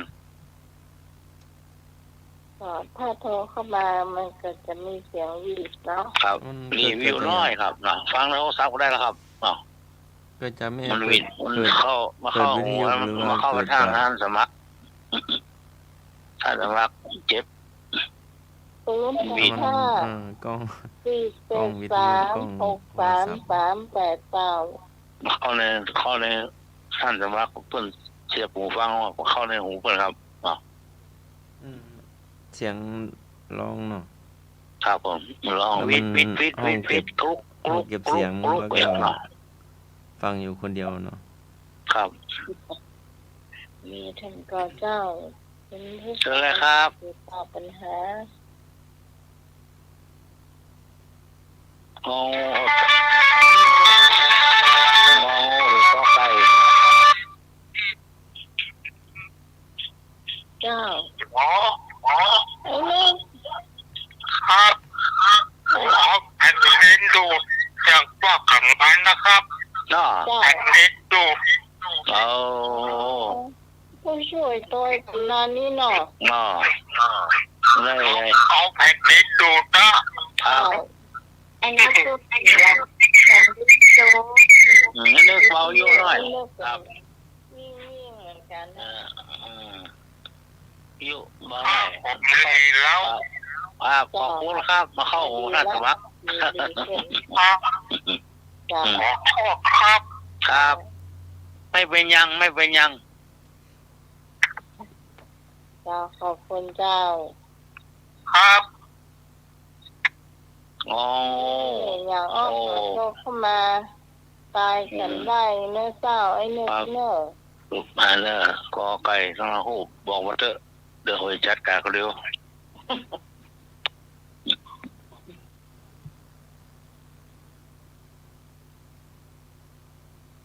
เจอเลยครับ 0654736389 โอ้นี่ไม่ได้ยินเสียงไม่พอในละวันแล้วนี่นะ ขอต้อง แม่โมนเหรอแม่โมนอะไรอ่ะแม่โมนนะ เรารับของน้องไหมไปก่อนแล้วเจ้าเพราะว่า ครับ ทางสถานียังจะได้เสื้อ แล้วจะอันสองละวันได้แล้วล่ะครับ มันก็ทำกันมา3 วันแล้วเจ้าไม่มีแล้วเจ้าเนาะ มีห้องละเนาะอุปสรรคครับเจ็บหัวเมื่อยไข้มีห้องละเนาะอัน โอ้ยฟ้าห้องแบบเพลงเลย โอ้ย ครับ ฟ้าห้องอย่างแรงเลย ครับเพราะว่าเอางูได้เหรอปากเกียร์ ฉันจะมาเฉล แต่ ย ถ้าบ่มีจะได้เฉลยจะได้ไปข้อต่อไปนะเจ้า เอาเกียร์งูได้วะคลึงอ่ะ ฟ้าร้องแรงแต่ละ นันทามนพท่านถูกแผ่นดินสูบ อืม นั่นแผ่นดินดูด บอกแผ่นดินสูบไอ้หนุ่ยแผ่นดินดูดเหมือนไอ้นึก นางกีสาโคตมีห้ามเผาร่างบุตรที่ตาย เพราะไม่เคยเห็นคนประเภทใด ก็คนเกิดขอคนแก่ขอคนเจ็บไข้งอคนตาย นางกีสาโคตมีห้ามเผาร่างบุตรของตัวเองที่บุตรตาย เพราะไม่เคยเห็นคนประเภทใด งอคนตายขอคนแก่ก็คนเกิดขอคนเจ็บไข้ โอ้นี่ผมง่ายขนาดจ้ะ ไม่เห็นคนตายเอาละเอาก่อนเปิดละเนาะ เจ้าเขาเอาเจ้า คนตายเจ้า ครับผม เดี๋ยว ข้อกอไก่นะคนตายไม่ใช่เหรอคะอาจารย์สมัครอาจารย์สมัครเมื่อกี้อ่านข้อกอไก่ใช่ไหม ก็ไก่คนเกิดงองูคนตายขอไข่คนแก่ขอควายคนเจ็บไข้ ไอ้หน่วยผิดละ เอาคนตายอยู่ข้ององูนุ่น ถ้างองูงองู จ้ะ ขอบคุณครับ เจ้า ไม่นอนก็เอาคนตาย เจ้า ครับ งองูเขาก็จะ เจ้า ครับผมงองูครับผม จ้าง องูเนาะเคยหันอยู่ในวังหรอ พี่พรรู้ไหมออก ก็ไม่รู้ครับก็รู้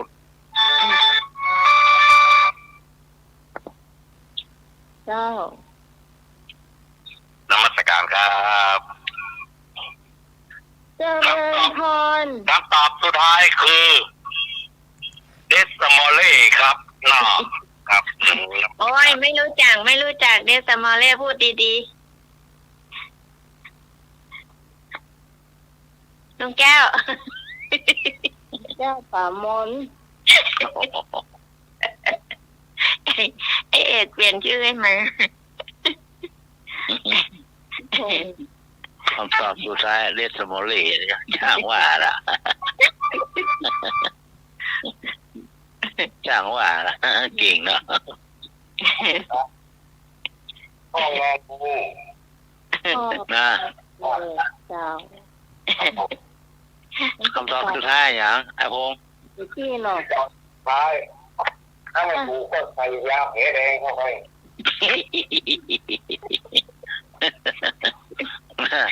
แต่เรียกว่าเซตบกล้องด้องนี่ น้องบอกชื่อดิพ่อฉันว่าตอนปันมาถามหนูบ้านป้าเคยแพ้หนูชื่ออะไรอย่าง แฟนมันแท้ว่าเรียกสมอลเล่ นี้เด็กยันยอมบอก สันนิษฐานว่าเซตบกล้องด้อง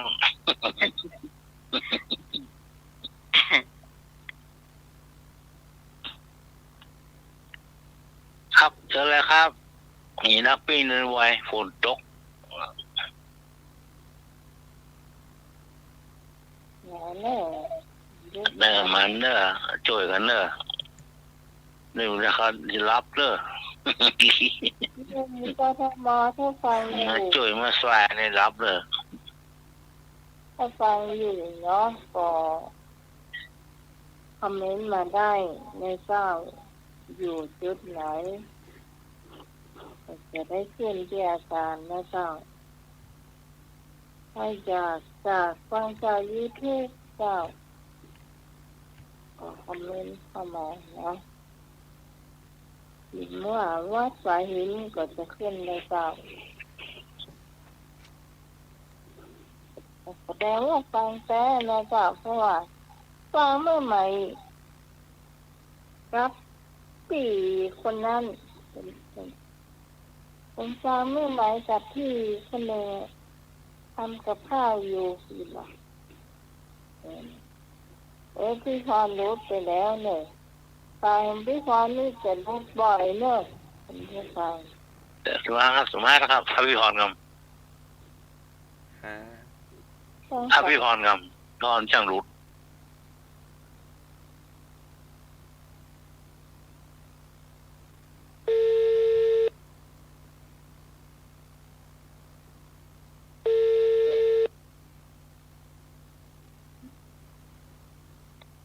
จ้า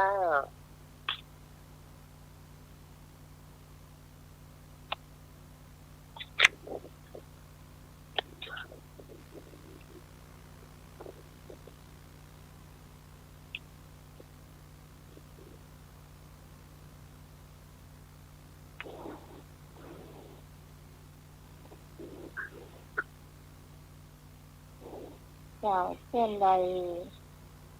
เนื้อยาวไรเด็ดสมอลเล่ว่าเซตบกล้องด้อง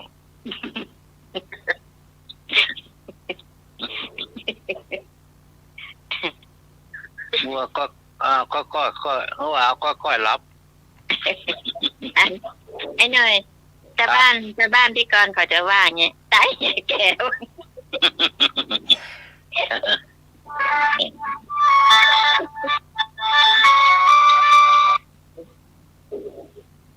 ับ นมัสการครับถ้าโทรศัพท์มันรุดนะมีทางเดียวคือเอาเจียกมัดเลิกเจียกมัดขนาดเลยอะเลิกเดี๋ยวมันตึงเบารุดละเลิกครับ เดี๋ยวเอาเชือกมัดในตาไว้ รุ่นนั้นมันรุ่นก่อนละอันนี้มันรุ่นใหม่ไร้สายละ ตายเลยแม่อยู่ไปห้องมดนะกะนะ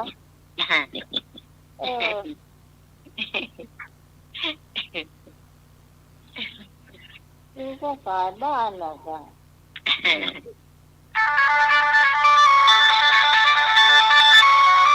เบาเสียงของโทรศัพท์หน้าใหม่นะครับ พ่อ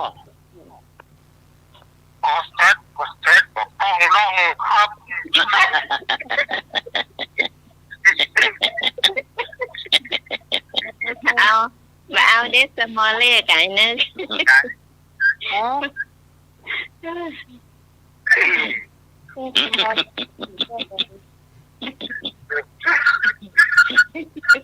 มาเล่แล้วมาลืมเนาะ อืม โอ้ไม่ได้อยู่อำเภอเฮาหรือไม่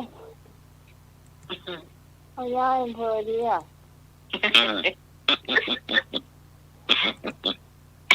ถ้าเป็นนานบุญพี่นานสมบูรณ์แล้วข้อแรกครับ ที่ไหนเข้ามา มันไม่เป็นไรหรอกน้องหมายมันอยู่คนละตำบล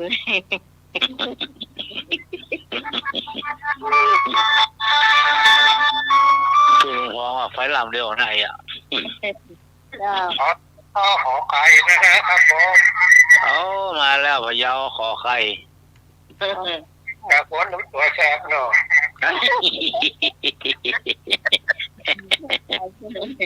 สวัสดีเจ้าเอกเจ้า เจ้าสวัสดีเจ้าเอกเจ้า ว่าไปแล้ว ในตั้งชื่อว่าไอ้แก้วหมดเก็ตแล้ว ไม่ใช่เที่ยวตำบลก็ลุง อ๋อ ตา จะ มน ตำบ เนี่ย ล พี่กรณ์เนี่ยบ้าเนี่ยไอ้ตานามสกุลมนแกรดไอ้เอกตั้งเนี่ยไอ้แก้วตามมน เขาเว้ยนะคิดปุ๊บใส่ปั๊บเลยล่ะ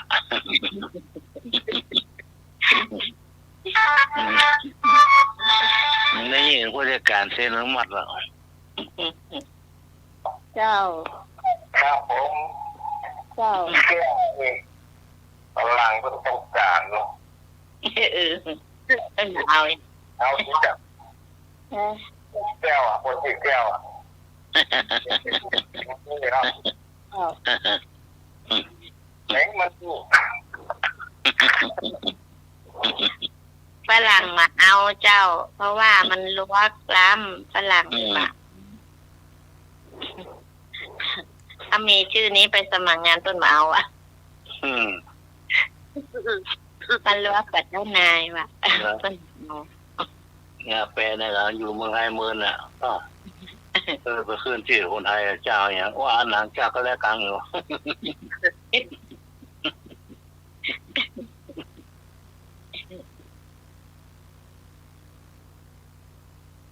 เดี๋ยวไปเล่าเสียไม่มีก็เล่า ครับ เขาใช่ฮะ เจริญเนอะครับให้มีเชี่ยมาใส่เปียกันเนอะครับ นากีสาวโคตมีห้ามเผาร่างบุตรที่ตาย เพราะไม่เคยเห็นคนประเภทคนตาย น้องงูเนาะ งั้นก็ต้องมีคำถามก็มีในคำตอบขึ้นมา ครับรู้ไว้ใช่ว่าใช่แบกบางหาม คำถามต่อไปพระนางเขมาทรงบรรลุธรรมขณะเป็นพระอรหันต์ในอริยบทใด พระนางเขมาบดีจ้ะ พระนางเขมาทรงบรรลุธรรมเป็นพระอรหันต์ในอริยบทใด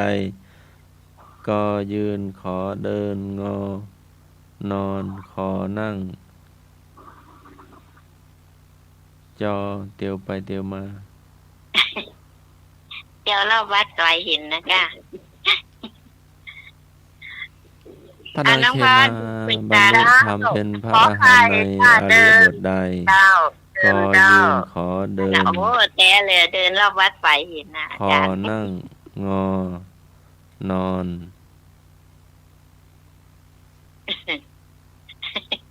ขอใครเนาะพี่กรณ์เนาะเดินเนาะจ้า แล้วลุงหน่วยเอาเตียวอ่ะลุงหน่วยเอาเตียว เดี๋ยว เหมือนที่นะน้องอันติดกระจกเอาไว้ ครับ อันเสียงมันจะแทรกเข้ามา ครับ คนโตกันน้องใหม่ที่บ้านเจ้า แล้วข้อไหน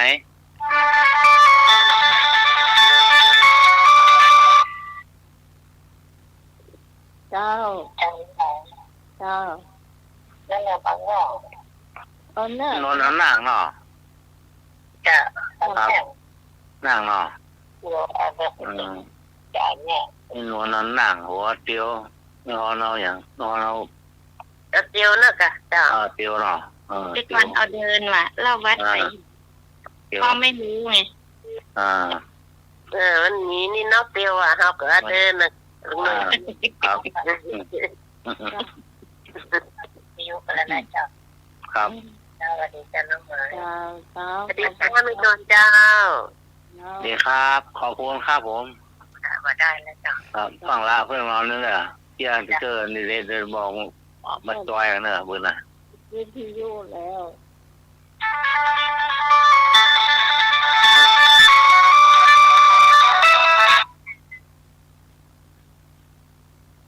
เจ้าน มัสการครับ มาอย่างไอ้แก้ว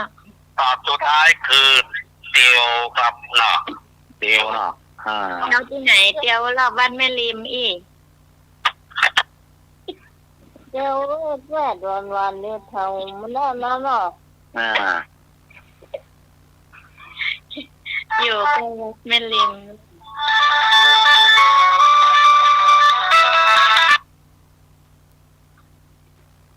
เจ้า ครับผมวิ่งนี่กับวิ่งนี่แหละ บ่มีซะฮะก่อน เดิน โล่นก็มีกว่ากะทิโล่นบั้มโล่แล้วหรอ เดินให้วิ่งนี่ ให้เดิน เดินเนาะเดินดีกว่า โอ้ฝนตกอย่างแห้งเลย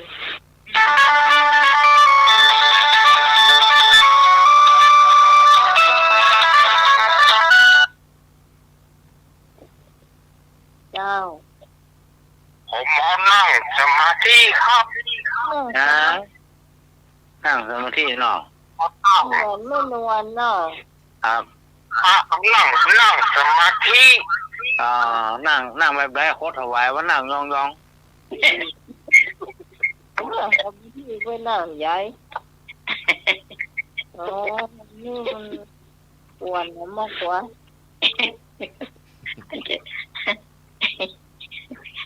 อะไรนี่มันจะเจอไหมนะสามที่บ้านฝนกระตกเหมือนกันเนื้อเจ้า จะเจอไหมหน้าสี่หน้าห้าเนี่ยนั่งยอง เรื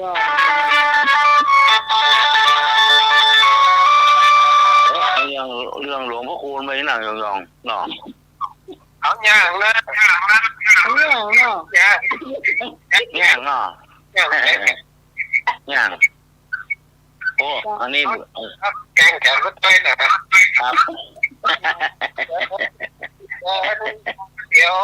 ย่างแกงแขน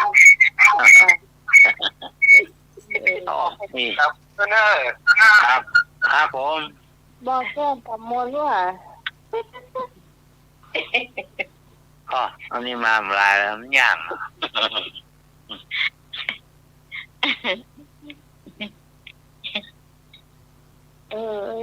คนฟังภาษาเหนือบอกก่อนค่อยๆฟังไว้เด้อ ครับฝึกเอาอยู่ล่างเหนือแล้วต้องฝึกเอา เข้าใจบ้างไม่เข้าใจบ้างเนี่ย ย่างนี่เป็นภาษาอีสานไอ้หน่วย คนบ้านเขาได้กะล่างเหนือเนี่ย ครับอย่างนี้ดังเหนือเนี่ย เจอดินข้างเตียว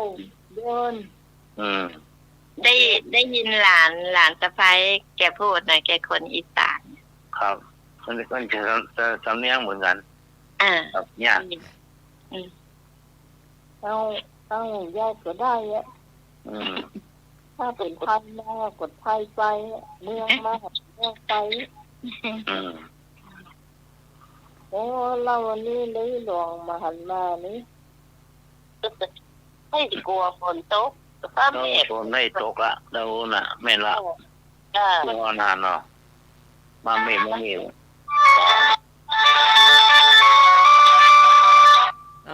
เราเสียงรับสายหน้าไม้หน่อยเนาะเดี๋ยวหูท่านสมัครจะดับ ลองดัง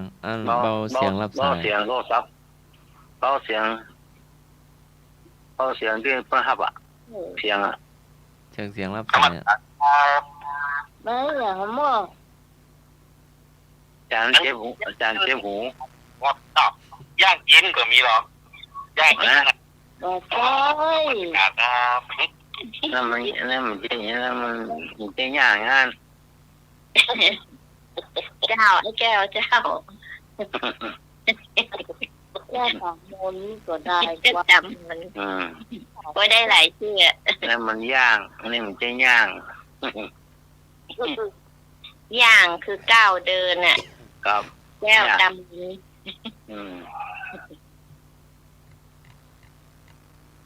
ย่างเตียวเดินอ่ะ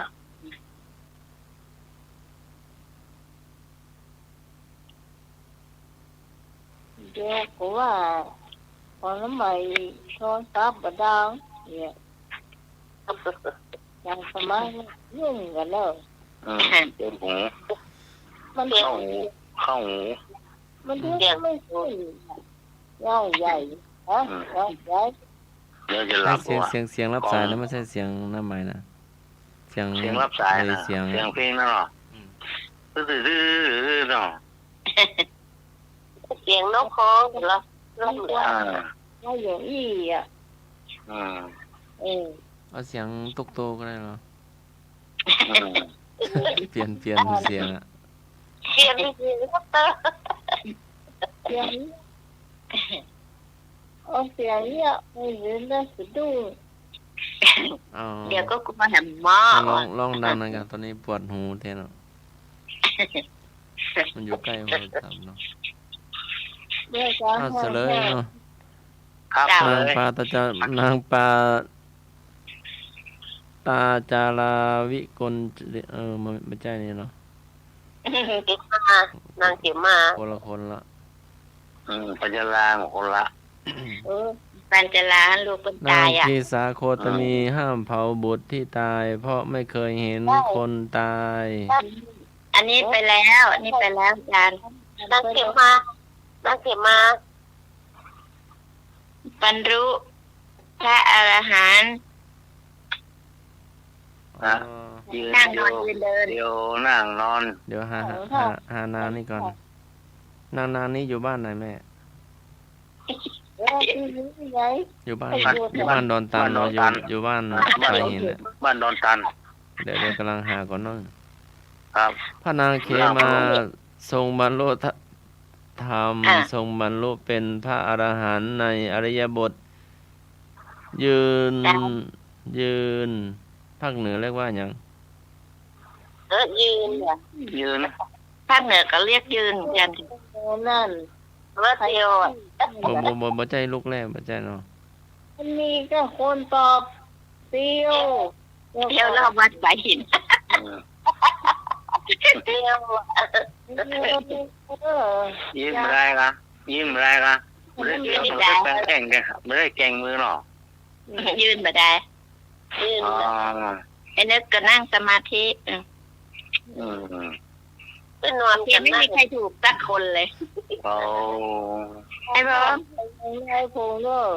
ไอ้พงเอายาแผลแดงที่น้องใหม่นั่นเนอะน้องใหม่ซื้อไว้เยอะ จะผ่านน้ำแดงทางหัวเก่าเนอะ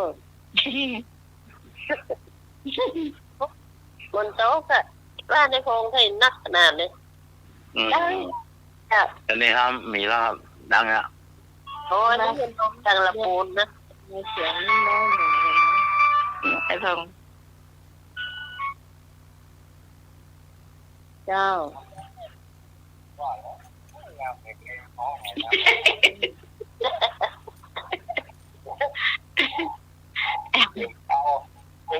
สองข้าง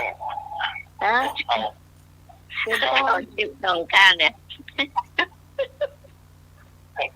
ฝนตกนะฟ้าห้องนะผมลาพรกันลาไปที่เหลือได้เที่ยวมีลูกทุกท่านทุกคนนะครับผม ฝนตกขนาดฟ้าห้องกับลูกคุณตามนะครับผม จ้า มาใหม่ก็จะเหมือนเอี้ยนละ โอ้ตกนักขนาดเลยจ้ะโอ้ ใส่ย่างหมดโต๊ะย่างหมดแล้วครับไปละ มัน มันไปตามลมหรอ ครับ อันนี้ลมกระพัด ตกซิไอ้นึกปิดประตูดีๆเด้อวันนี้บ้างว่าบ้างค่ะใหญ่เลยจ้ะ ไม่พอน่ะ น้าน้องมาเดียวนะมันตกนะเอาเบาเสียงคนอู้ก็จะเบาไปโดยสารสม อ๋อเนี่ยมันต้องเล่งนี่ ครับยี่ห้ออะไรเนี่ยทำอ่ะ มันหน้าใหม่เร่งผิดพี่แล้วให้ลุงหน่วยมันเปลี่ยนให้ก็ได้ละ ทำไมมันผิดคีย์แล้ว มันจะมีสายรับเข้าแล้วก็สาย ว่า กลัวอะไรกับฝน ไม่ต้องกลัว ผมยังไม่กลัวเลยครับครับนมัสการครับ เจริญพร ฝนตกมาได้มากลัวหรอกไอ้แก้ว ถ้าอันเทวดาถ่ายรูปมอบแมบเนี่ยก็กลัวหน่อยหนึ่ง ฝนตกมากลัว ตกจะมันเถอะ คำนำสุดท้ายเนาะ ครับ ว่า วันเข้าพรรษาตรงกับเดือนอะไร วันที่อะไร เดือนอะไรวันฝาภาษาไปดูปฏิทินภาษา ไอ้หนุ่ยดูสิ กรกฎาคมวันที่41วันที่10 เวลากี่โมง วันค่ำหรือว่า ตอนเจ้า วันเป็นการสมัครถามใหม่ ตามไหม ถามใหม่ มันจะมีวันเข้าพรรษาแล้วก็วันอาสาการสมัครจะถามคำถามไหน เอาวันเข้าพรรษาเนาะ มาเข้าภาษาอะไรล่ะเดือนกรกฎาคมวันที่21ถามวันเข้าพรรษานะคะคุณผู้ฟัง หนูตอบมาเลยที่21เดือนกรกฎาคม ดูปฏิทินละ วันที่ ข้ามเมื่อ เป็นวันที่เนาะ เดือน8 วันที่เนาะ เป็นวันอย่างนู้นนะแต่ปกติกับหลังวันอาสาฬหบูชา1 วันน่ะ ครับ วันอาสาฬหบูชาคือวันขึ้น15 ค่ำเดือน8เนาะและวันพรรษาคือหลัง1 วันคือแรม1 ค่ำจ้ะ ครับ ตอนเช้าเนาะตอนเช้าเข้าภาษา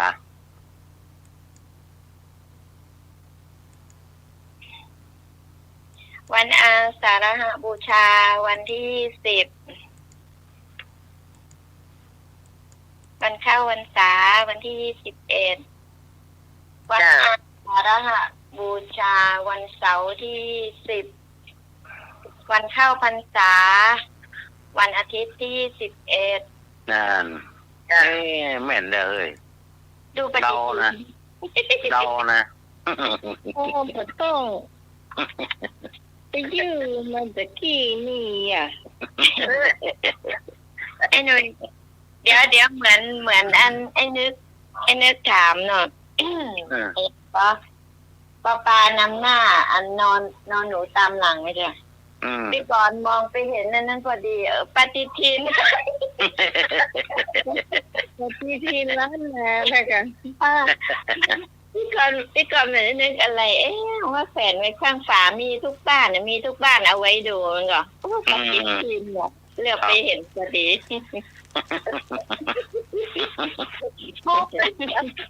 เลยจับดีไปเลยเนาะจับพอดีไม่ได้นึกว่าจะตอบหรอกนะเพราะมันไปเห็นพอดีได้ยินฝนตกไหมหนุ่ย ครับ ฝนตกแรง มีแล้วครับ ฝนตกอย่างแรง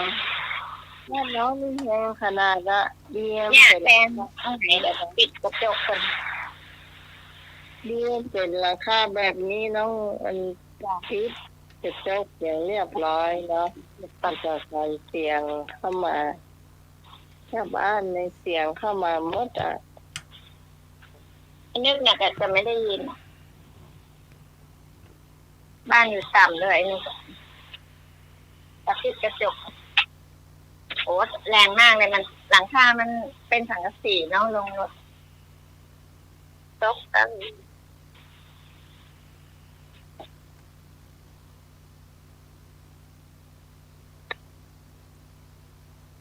อ้าวปิดแล้ว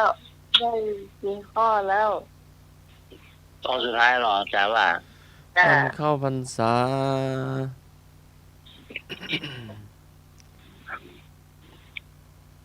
วันเข้าพรรษาปีนี้เนาะแรม1 ค่ำเดือน 8 ถึงวัน 15 ค่ำ เดือน 11 วันเข้าพรรษา 2567 ตรงกับวันอาทิตย์ที่21 กรกฎาคม 2567 แรม1 ค่ำเดือน 8 หลัง เจ้าวันนี้เป็นวันเข้าพรรษาของพระเนาะ ใช่ หรือว่าตู้เจ้าบ้านเฮานะ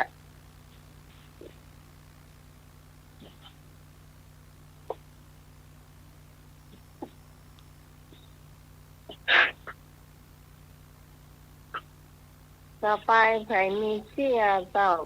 เสียไอ้ ห เนี่ น่อยเกี่ยววันนั้น ที่อู้กันวันนั้นอ่ะ ที่สีกาเอาเดินไปเดินมา อ๋อแน่นอน เออ คนอันนี้ก็มีเจ้าวัดไหนมู้เนาะผมบอกชื่อว่าพอเดี๋ยวมันบอกว่าเป็นเกณฑ์อาหารเนี่ยเป็นท่าได้กะหรือเจ้านั่งบนนั้นเลี้ยงไปแล้วแบบไม้บ้านนอกเป็นไม้ยาวๆเนาะนั่งเนี่ยสูงมาตามเนี่ยแล้วก็คนเปิดวางหาดเข้าเรียบร้อยเลี้ยงไม่เป็นคนเลยล่ะถ้าคนเก็บสุดท้ายเลยมายกขันโตมาแล้วก็มองคล้องใส่หาดวามดูเจ้านี่ขันโตขันเตอร์ติงอกดูเจ้า ตั้งใจง่ายหรือว่ามันอย่าไปกินสิ้น คล้องซ่านะอาจารย์เดี๋ยวไปคล้องท่าเราขึ้นวามไปว่า ต้องตา ตามันบ่พอตีน คล้องซ่าแล้ววามไปเจ้าหน้าโมโต้ตากไงนะกู ค่อยๆเนาะมันสาดบางทีมันงอห้องตีนสา เข้า ด ขันโตขันเตอร์มีเบอร์นะ ระวังทรายขอบเสือเนาะ ครับ บางทีมันงอบางทีมันเนี่ย นะพ่อยถึงแล้วพ่อยจัดดีแหละว่าข้อวำมาหน้าผมนี้มีเบรก ถ้าตั้งใจบาปหนักเนาะตั้งใจ บาปกะอันนี้มันบาปอ่ะเนาะเจ้า ก็อยู่ การ ที่ ให้ เจ มือ ตนานะเนาะเจตนาก่อนนะ ลูกเจ้าอย่ามือตะกับได้มันตันมือมันตันพอเมา ทุกอย่างกับเปี้ยวหมดแล้วเจ้า น้ำกงน้ำแกงน้ำพริก นี่ เนี่ย หวาน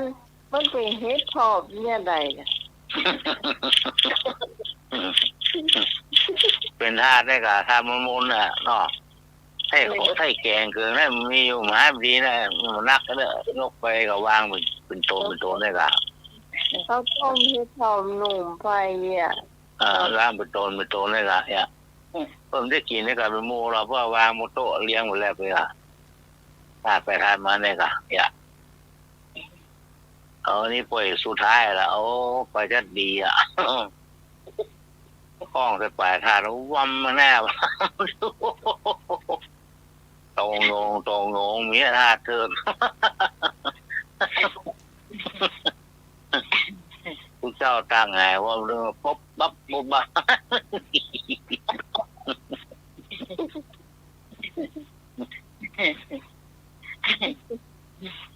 ไอ้พงฝนตกฟ้าร้องไม่ได้มาเหลาฟังไอ้พง ได้ละก็เดียวกบไปแล้ว มันฝนมันมากับลมตัวเนาะ ใช่ ปัดฝน อย่าลง นี่อันนี้ก็มีมันจบแล้วเนาะมันเข้ากระโตกที่เจ้าวางที่เจ้าเหมือนห้องสูงสามมาห้องสูงสามมันเนาะเนี่ยโอ้ซื้อซักเนี่ยซื้อซักนี่เนาะคนเราว่าเนาะเอ้าพอวันนี้มันสูงสามนี่เนาะว่าเนาะนี่คนมีอายุนะแต่อันนี้จบละอันนี้ก็คนถามว่านางสีดาทำไมไม่เข้ากรุงเทพเนี่ย มันเมาอยู่กรุงลงกาอยู่อ่ะ เพราะว่านางสีดาทำไมไม่เข้ากรุงเทพนางสีดากลัวหรอกลัวยังเข้ากรุงเทพกลัวอย่างคนถามไม่ยอมเข้ากรุงเทพ ตัวอันพระรามสี่เราสี่อ่ะ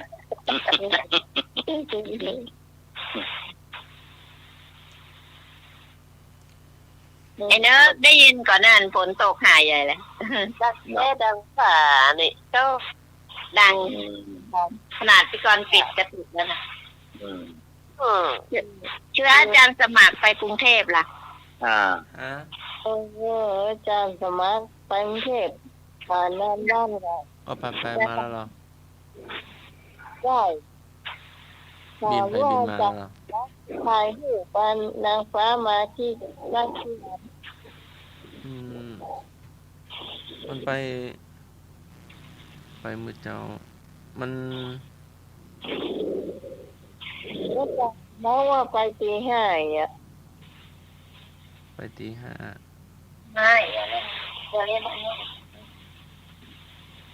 นางฟ้ากับอันนั้นน่าจะตื่นขวายหน้าไหม มาหันนะมาส่องไปก็ เห็นเมฆพ่องเห็นบ้านคนน้อยเดียว เห็นเป็นตึกเป็นบ้านเป็น จะย่อมมาถ่ายรูปไว้มันก็สกับเครื่องบินบนขี้เมฆหรือว่าบินต่ำกว่าขี้เมฆอาจารย์ มันบินเลยพาเมฆไปนะครับเมฆก็ลอยอยู่เนี่ยเราอยู่ข้างหน้าต่างนะครับ สิริสนามบินดอนเมืองอยู่ตรงไหนเนาะ แต่ถ้าเตียวคนเตียวนี้มันก็สะเทือนนะ เครื่องตกหลุมอากาศบ้างหรือเปล่าอาจารย์ เห็นอย่าเบรกอยู่นะ ไม่รู้ว่ามันมีหลุมอะไรอย่างเงี้ย ตกหลุมอากาศหรือเปล่า ก็วางสายนะครับวางสายเคเบิลนะครับมันเป็นโม่งหรือว่าเทวดามาเคาะกันกึกนะ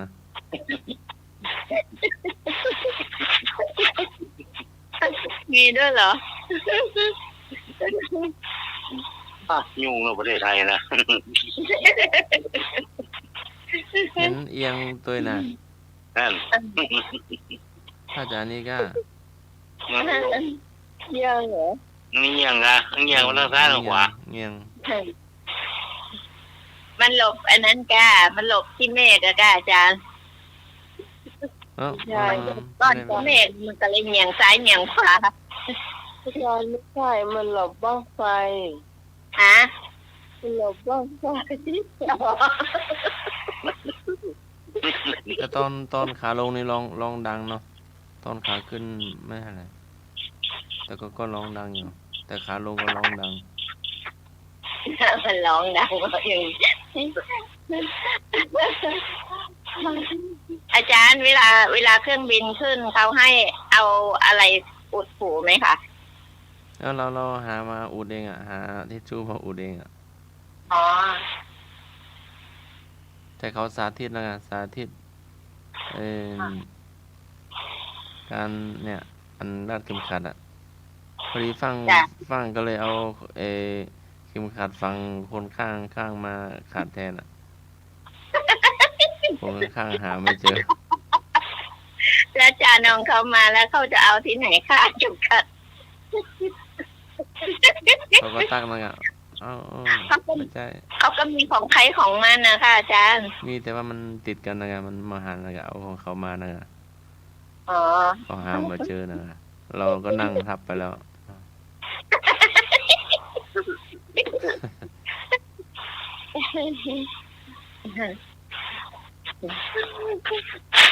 เห็นขายนี่ก็มีนะ สายอะไรคะอาจารย์ เครื่องบินก็มีขายเห็ดท็อปขายเนี่ย เขาจะมีร่มชูชีพอาจารย์อยู่ใต้ที่พักที่นั่งนะคะ มีกับข้าวตัวนะ มีกับข้าวขาย เอามีน้ำปานะตัวนะ เยอะเขาไม่เลี้ยง มัน เหรอ ก็เลี้ยง อาจารย์ก็เลี้ยง อาจารย์ขึ้นเครื่องกี่โมงแล้วคะ ก็นัดออกวัดตี 5ไปเกือบ6 โมงเครื่องบินไม่รอแล้ว เครื่องบินตื่นเจ้าเนาะไปก่อนละ10 นาทีแล้วอ่ะ เขาก็ไปตามเวลาแล้วค่ะ บอกแล้วไง ก็รออีกชั่วโมงหนึ่ง ก็เมื่อไหร่ก็บอกแล้วว่าถ้าอาจารย์จะขึ้นเที่ยวสัก6 โมงกว่าก็ต้องไปตี 5 ต้องไปเช็คอินด้วยค่ะ แต่บ้านเราเนี่ย เวลามันก็ออกเครื่อง มันจะเช็คก่อนสักชั่วโมง แต่ที่สุวรรณภูมินี่มันนกเยอะเนาะนกหลายตัว หลายตัวตัวแดงก็มีตัวม่วงก็มีมีหลายตัวบ้านก็หลังใหญ่เนาะเร็วเป็นชั่วโมงเนาะกว่าจะไปหารังนกกว่าจะไปหาที่นกบินเนาะ นกเอละนกเอเชียเนาะ ตอนไปนกแดงขากลับ ตัวเขียวๆนะไม่ อ๋อ ใช่ น ตัวน กกันไหนเหรอน กเนี่ย เอเชียก็ เอเชียมจะเป็นสีชมพูน้ำมันนกแด สี ง มันคล้าย น ๆกั ก บ เขียวนก เปลือก นกเขียวนกอะไรนะ ใส่ สี กัน มัน บิน ค ไท ล้าย ย ๆเปลือกมังคุดอ่ะ เป็นสีน้ำเงิน สีมันอ่ะ โอ้การบินไทยอะ อันนั้นน่ะคล้ายๆปีกคล้ายๆเปลือกมังคุดนะครับ การบินไทย ถ้าจะไป ใช่ นั่งรถไฟไปดีกว่ารถไฟ รถไฟถึงก็ช่างไม่ถึงก็ช่างแล้วเมื่อไรจะถึงแล้วช่าง นั่งเลยม่วนขนาดเลยครับน่า โอ้โหม่วนเนี่ยรีบมันไปไม่ได้หรอกอายแก้ว ตาหมน มันก็สบายไปอย่างเนาะ จ้ะ ถ้าไปรถไฟก็ไปวันนี้ถึงพรุ่งนี้แต่ถ้าบินไปก็ชั่วโมงถึง ชั่วโมงเดียว ก็หลับงีบได้สักตื่นก็ โหชั่วโมงหลับด้วยเหรอคะอาจารย์ โอ้ยเขาเห็นเขาปิดฟืนปิดไฟนะ ชั่วโมงนี่ไม่หลับนะชั่วโมงเดียว ชั่วโมงเดียวไม่หลับ ไม่หลับแม่ก่อนขึ้นไปหาลูกมันต้อง8 ชั่วโมงครึ่งจากสุวรรณภูมิไป จากบ้านเราไปที่สุวรรณภูมินี่ชั่วโมงเดียว จากสุวรรณภูมิไปออสเตรเลีย8 ชั่วโมงครึ่งอะ โอ้ โอ้ ไปไหนวะจะไปเอว รับ ไหนได้วะไปเอววัดได้ไหม มันหลับไม่ได้อ่ะน้องพร 8 ชั่วโมง เดี๋ยวเครื่องบินเนี่ยเดี๋ยวเขาก็ประกาศแล้วว่า น่าจะมีฝนจะผ่านฝนไปอีกประมาณ15 นาทีก็จะบอกนี่นะแล้วก็เครื่องบินจะตกหลุมอากาศประมาณ20 นาทีอย่างเงี้ยมันนิ่งไปเลยนะเหมือนเครื่องบินตกเลยอะเงียบมันจะไปขึ้นอีกทีอย่างที่เขาประกาศ20มันที่จริงมันน่ากลัวนั่นแหละเพราะมันนั่งนานเนาะอย่างแค่ใครบอกควรจะไปนะ โอ้ไปเมือนมันเราแวะเติมน้ำมันร้านไหนอ่ะ ไม่แวะอาจารย์ ไม่ กินยาวเลย ไม่จอดพักเบรกอ่ะ ไม่จอดค่ะ อ๋อ8 ชั่วโมง 8 ชั่วโมงครึ่งถึงที่ลง กว่าจะนะ โชเฟอร์ตาดีเนาะ เขามีคนเปลี่ยนค่ะ 32 ชั่วโมง ไปอเมริกา ต้องคำนวณน้ำมันคำนวณหลายๆอย่างเนาะ ค่ะอันนั้นคนเปลี่ยนเครื่องนี่ก็ใช่ยังไปปุ้นต้องเปลี่ยนเครื่อง เพราะว่ามันไกลไงไกล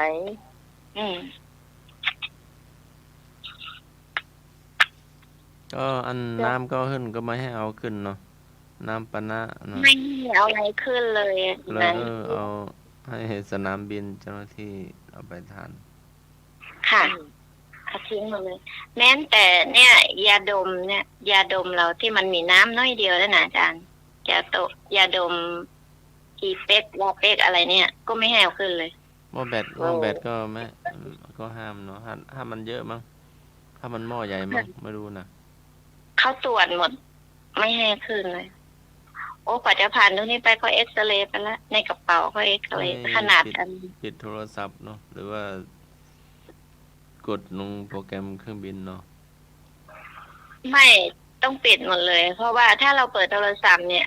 ถ้าสมมุติมีใครโทรเข้าคลื่นมันจะไปกวนที่อันวงจรของเครื่องบินนะคะ ก็เนี่ยบางองค์ ค่ะโทรศัพท์ก็ต้องปิด จะเปิดอีกทีออกจากสนามบินแล้วถึงเปิดได้จ้ะเมื่อไปก็จะเช็คหมดอะ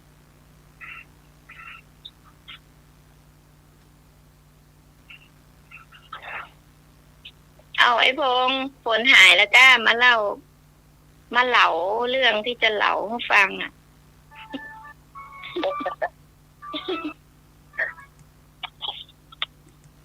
เจ้า จ้า มาตรการครับ ว่าใดอะเจ้า เพิ่มเรื่องนำสินค้าเข้าประเทศอ่ะคือไปซื้อที่พูดเลยครับอ้าวเพิ่ม เจ้าเปิ้นมาให้เอาอย่างไปสักอย่าง จะคงไปไหนล่ะ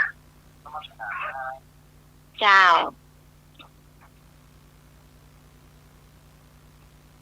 ตะเกียพงษ์บอกว่าฟ้าฝนถล่มอ่ะ ปิดก่อนเนอร์ว่ะ ตกนั่งเนาะ นี่มันก็ตกอย่างบ้านน้องเนาะ แม่อะไรเนี่ยไปเครื่องบินแล้วนะปู่ใส่ถุงเสี้ยไว้แล้วเพราะเดือดร้อนไง ฟ้าหนาๆเลยฟ้าไม่เห็นฟ้าหนักๆเลย แม้แต่เมล็ดผักเมล็ดเดียวเขาก็เห็นอยู่เขาเอ็กซเรย์เขาจะไม่ให้เอาเลย ปู่ใส่ถุงพลาสติกมัดล็อกใส่ถุงเสี้ยไปเดือดร้อนแล้วก็เตะทั้งต่อ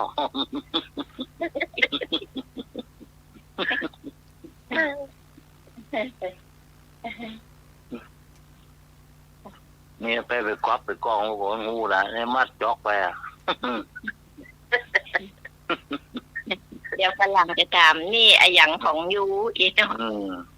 เยี่ยมดำไอ้ตาเลยเยี่ยมดำ เตะพ่อน้องดังเบี้ยวบิดบุด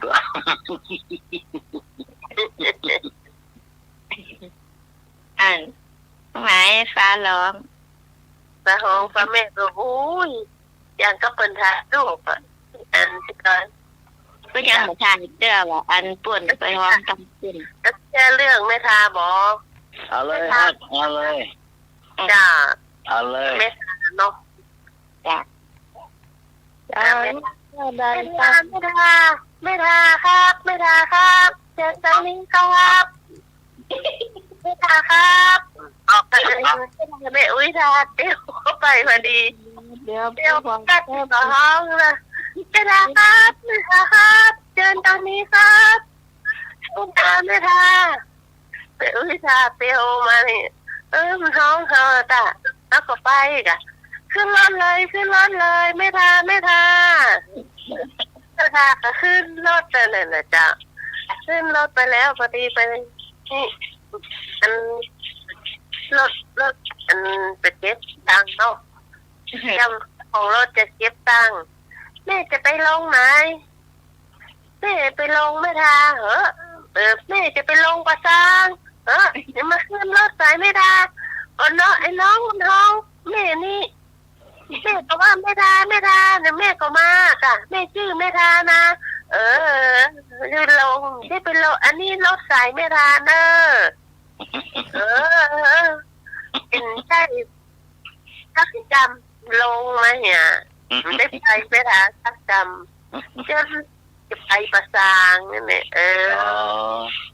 น้องคนลงไม่ทาครับเจอทางนี้ครับมันห้องฟอนหรอไ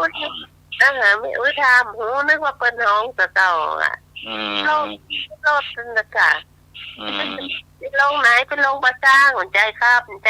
อันนี้ไปแม่ทาครับใจจำ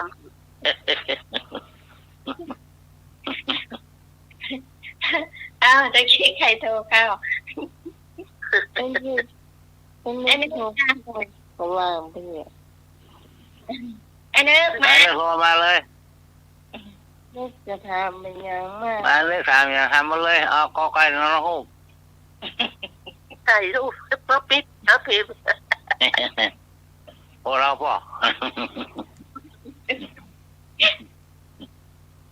อใหญ่ละไหนนึกมาว่าใด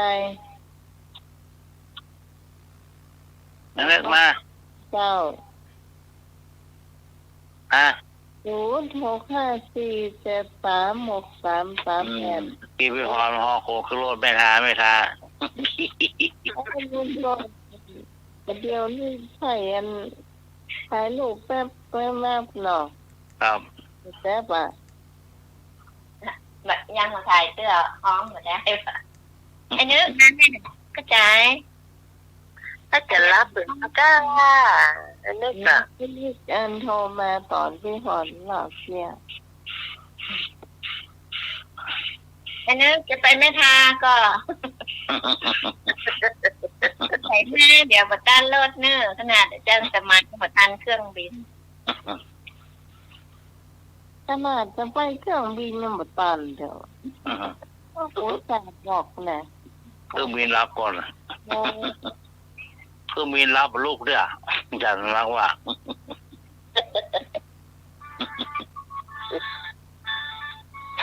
รับก่อนเนาะ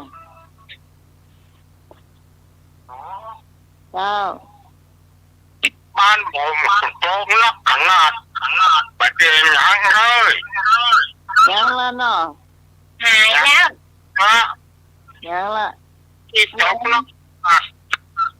มันไปแล้วลูกการกำมลก็ถ้าจะนักมันเดียวกันนะไปเจ๊งตายสิละคนนี้นักขนาดมันหายแล้วอยู่บ้านใกล้ๆกันเนี่ยมอกก็หายละแต่ฟ้ายังแมบอยู่ก็หัวเราคู่ตัวเจ็ดแกนมันหายไม่หมดอ่ะว่าผ่าเอาโทรศัพท์โทรศัพท์ก่อนนะโอ้โหสาวโอยเตอร์โทรศัพท์นี่ก็แห้งก็หลอกสว่าโทรศัพท์ไปไหนไงหรอก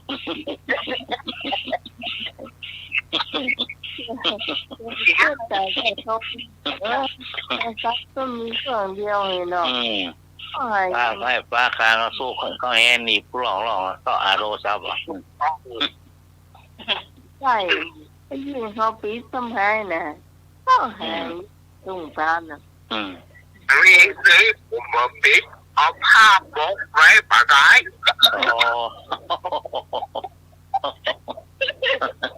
ไอ้เนี่ยทางจะหามาแล้วไอ้หนุ่ยจะได้ตัดเราจะยังเปิดเลยก่อนต้องอยู่ในสายอาจารย์โซ่หลังน้ำหน้ามองมาตามหลังเอาละหนุ่ยซอเสือน้ำหน้ามองมาด้วยหลังครับมี5 กรัมสมคันนี้ สังฆทาน มันมีในปฏิทินแล้วเนาะอยู่ในปฏิทิน สังฆกรรม วางหน้าหมอหมาตามหลัง สุมาคารวะ สุมาคารวะดำหัว ปัจจัย สิงหาคม ปัจจัยครับ ส้มปล่อย ส้มปล่อย เฮ้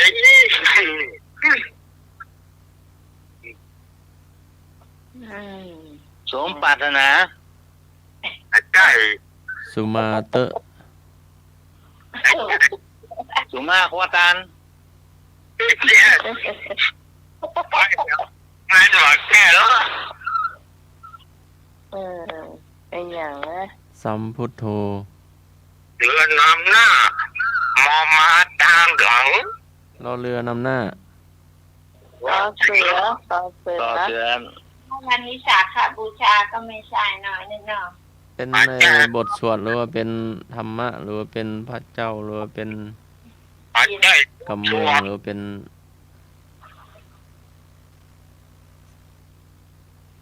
มันมีใน มันถึงมีปฏิทินแล้วเนาะ เดือนไหน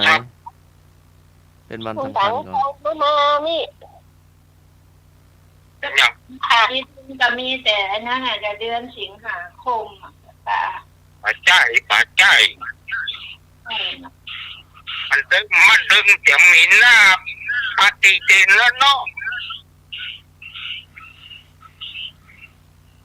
หน้าปฏิทินอาจจะไม่พอแล้ว สม มีแค่สองตัวนี่กับซอเสือมามา ต่อเสือนั่นหน้ามาตามหลัง โศกเสือนำหน้าหมอหมาตามหลัง แล้วต่อจากมาหายแซบไปไหนแล้ว มีห้ากรรม เอา คิดสิ่งใดสมปรารถนา มันก็หายไปแล้ว มันจะ เข้าเลยบอกจะเป็นลาเปิ้ล มันจะเป็นเดือนได้เดือนหนึ่งได้หนึ่ง มันคิดบอก ว่าแต่ เอา เดือ เปิ น ดเปิดโปง มือดึงมีประจำที่หน้าปฏิทินแล้วเนาะ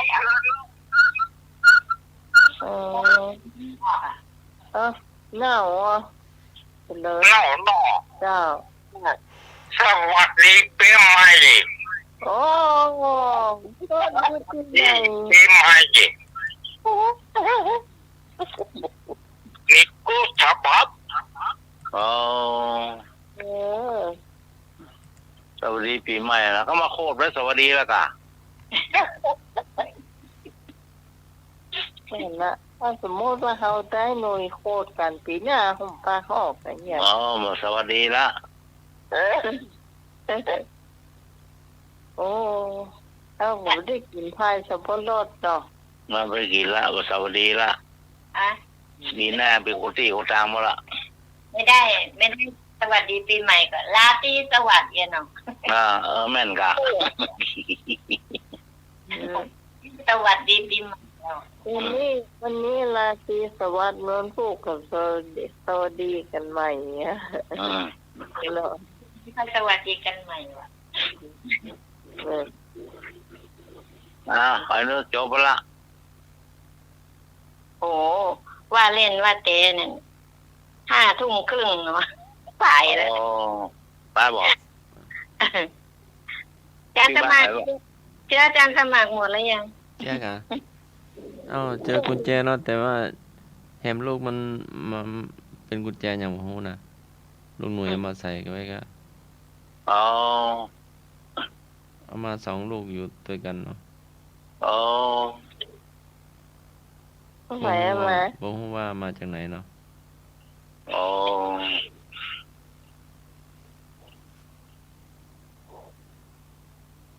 โจเนาะ กูแกสองลูกโจอ่ะเชี่ย จะ2 ลูกมาจากไหนบ่ฮู้แต่มาอยู่ตัวหมูนี่นะ อ๋อ แต่ มันตามมาหมู ลูกอื่นฮู้จักแต่ลูก2 ลูกอยู่ด้วยกันบ่ฮู้เนาะ อ๋อ เอ้ย อย่างไม่ทำละอย่างคนอื่นอยู่ตัวเป็นลวงเป็นหลายมันต้องมาสนใจสักอย่างถ้าหมู่เดียวมาเมื่อใดมันจะกินหมู่เดียวกันนะไอ้ เนื้ เนา อป้าอย่างเนาะไอ้หน่อย ลมประตู ไอ้หน่อยรู้ป้าอย่าง ลืมไปแล้วครับเจอแล้ว แม่เหล็กอีกจักะ ต้องตอบคำถามเพื่อหมดเจ้า ซึ่งก่อนจำให้แกนี่ อ้าวไอ้หน่อยตอบด้วยการตอบได้แค่นี้ หัวผู้ใหญ่บ้าน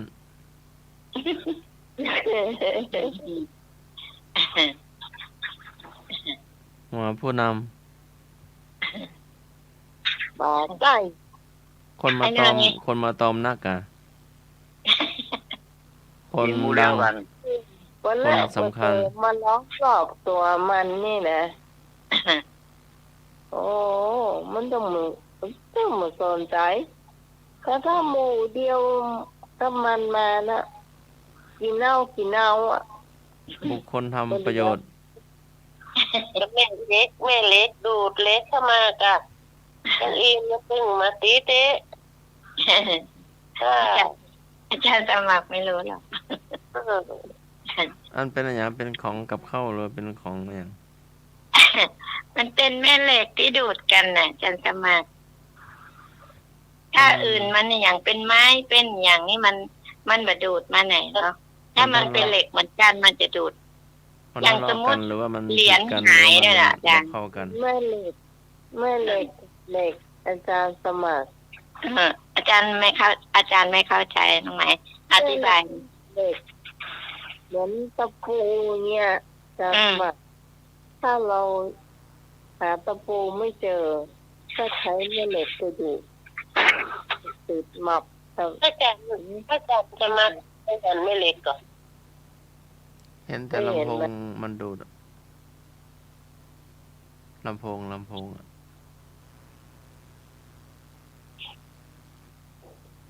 พงอะมันดูดเลยอะ นั่นก็อาจจะใช่ไหมมันมีแม่เหล็กดูดในนั้นใช่มีแม่เหล็กเด็กอันนี้เป็นคำถามตุ้งทองเนี่ย ใช่ มันก็ดีเนาะทำให้เรารู้ด้วยแต่ก่อนพี่กรณ์ก็ไม่รู้ฟังอันนั้นเจ้าลุงทอง อันพูดมาแต่ก็นี่จะจำได้บ้างมันได้บ้างเนี่ยพอปัจจุบัน ข้อสองต่อไป ใหญ่เท่าภูเขาเบาน้อยเดียว ตำลีอี ก็ที่เครื่องบิน ขี้เม บิ ฆ นเขากี่เมฆไปเจ้าก้อนเมฆ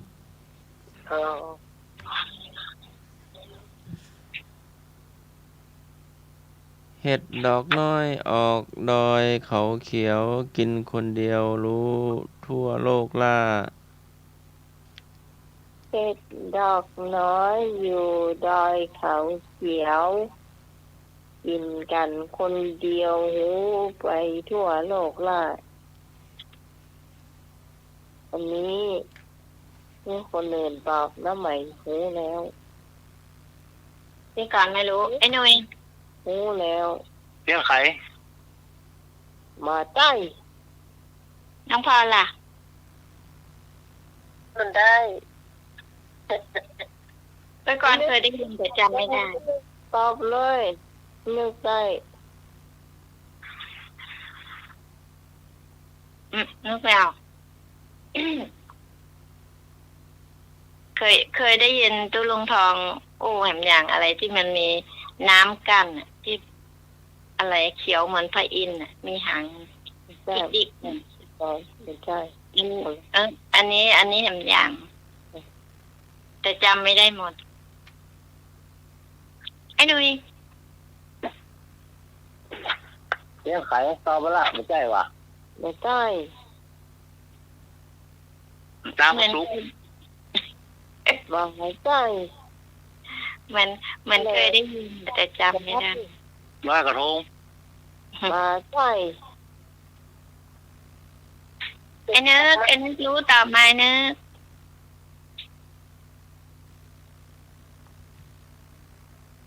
ตอบเพื่อจะได้ เป็นราหูอมจันทร์น่ะ อืม อาทิตย์กับพระจันทร์น่ะกินกัน อ๋อ อืม เพราะว่าเด็ดดอกไม้อ่ะ นะ เพราะว่าเด็ดดอกไม้อยู่บนเขาเขียว เนี่ยค่ะกินกันคนเดียวหูไปทั่วโลกล่า เออ เพราะเวลากันเนี่ยจ้า เออ บอกไปกำน้อยเนาะ อืม แต่เดียวพอมันจะมีต่อหัวข้อของมัน ต้นไม้ต้นอย่างให้มันมีลูกเนี่ยเนาะบางก้อนเขาไปอ่านแต่เนาะ เขาให้เอากระเป๋าสตางค์ไปเคาะด้วยล่ะ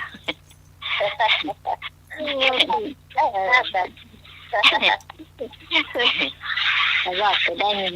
เยอะๆว่ะรวยว่ะเอากระเป๋าสตางค์เคาะนั่นแหละฉันก็ไปเคาะต้นนั่นนะต้นมะนาวต้นมะม่วงต้นส้มอะไรดกเคาะกันต้นอะไรมันยักษ์หวยนักอ่ะเราเสียบ้านมันตอนเขาเรียกราหูอมจันทร์ถ้าเป็น มันจะเป็นถือแต่เนาะเรียกมันเคยเจอเป็นเล่นที่ไหนนะฝนตก ไอ้หน่วยเสียน้ำฝนเหรอ ครับฝนตกหนักดูครับ ยังบ้านลุงหน่วยอ่ะ ครับ ตกหนักเลย ว่ารอบสองระวังน้ำท่วมเนอะ ก็สวนไม่ว่างอะไรเนี่ยเนาะ น้ำท่วมว่าดีกว่าฝนแรง มา แต่ว่ามันก็หน่วยก็เดียวจะได้เก็บเกือบละ เก็บแล้ว แล้วนี่แล้วดูลูกหรือยัง ที่บ้านนั่นบอก เดี๋ยวใครโทรเข้ามาน่ะเดี๋ยวก่อนเนอะ โทรเข้ามาได้เลยเจ้าฝนมาตกแล้วก็โทรเข้ามาได้เลยฟงมาเหลาได้เนอะอยู่ตังใดโทรเข้ามาได้นะชายบุญส่งให้บ่าวป่าแดง ดอกแดงเจ้าโอ้ตัวนี้มีหนุ่มๆเยอะนะเจ้าตรงนี้เนาะโดยเฉพาะปีนี้มีหนุ่มๆโตขึ้นมานักเจ้า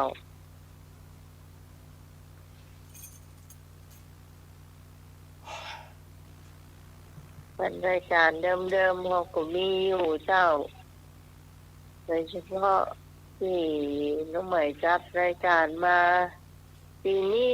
เป็นปีที่10แล้วเนี่ยเจ้าผมไม่ใช่วันนี้วันวานเนอะถ้าเป็นละอ่อนนี่มีป.4แล้วกันเนาะ14ละ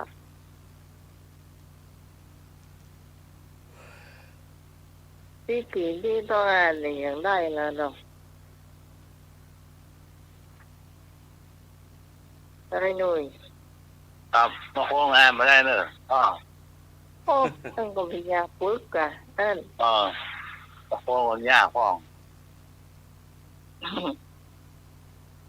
ที่ก่อนมาลูนได้สัก 2-3 ปีเนี่ยเนาะเลยไม่รู้เพราะทีแรกไม่ได้มีโอกาสได้ฟัง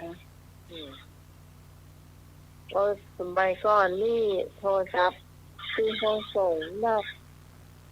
3-4เครื่องก่อนจนขึ้นนี่ที่ว่าอาจารย์สมานนี่โคตรฝังเดี๋ยวโคตรกลายเป็นโคตรฝังไปเหียอย่างน่ะลืมเจ้าอาจารย์สมานนี่เดี๋ยวเห็นต่อ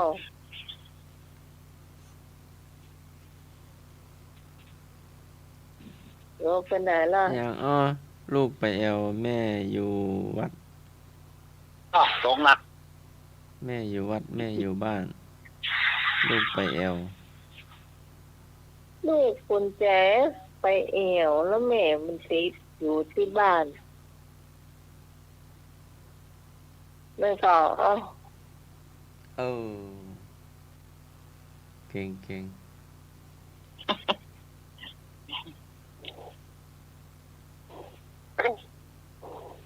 ไอ้หนุ่ยลูกกลับมาบ้านแล้วยังอ่ะ มาแล้วครับ มาเล่นไปไหนเราเนี่ย ฝนตกนะหนอเลยไปไหน ครับสงหลักอะไรล่ะดอก โอ้ยหน่วยเป็นรอบที่2แล้วนะ รอบสองอ่ะนี่สำหรับ เติ้นเวิน ลมเลย เท่าตีนช้างไปก็ม้างมาก็ม้างเติ้นเวินเท่าตีนช้างไปก็ม้างมาก็ม้าง ก็ล้วนเต้าถึงกลางไปสมังมาสมังนี่ไม่เป็นของใจล่ะ เจ้าหกใจแล้วก็ต้องทำก่อนกินอ่ะก่อนดื่มไม่ได้กิน เดี๋ยวพี่กันเนอะพ่อซับฝนตกละ ถ้า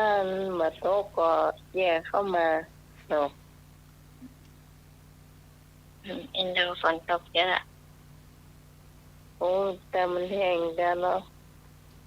แพง แล้วเป็นรอบว่าฝนน่ะเดี๋ยวกันเพื่อนเวินเต้าตินช้างมาก็ม้างไปก็ม้างมาก็ม้างนี่ เขียงทำกับข้าวอีก มาเปล่าอาจารย์ ต้องทำก่อนดื่มอ่ะ ทำก่อนเดิน ฮะ ต้องทำก่อนดื่มคนสมัยก่อนใจกันนักแต่วันนี้มันก็เปลี่ยนไปนะตามความเจริญ ฮะทำก่อน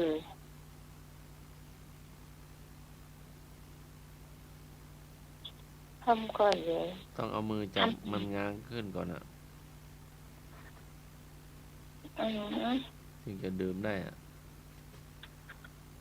กาแฟอีก คล้ายๆกันนั่นน่ะแต่ไม่ใช่กาแฟ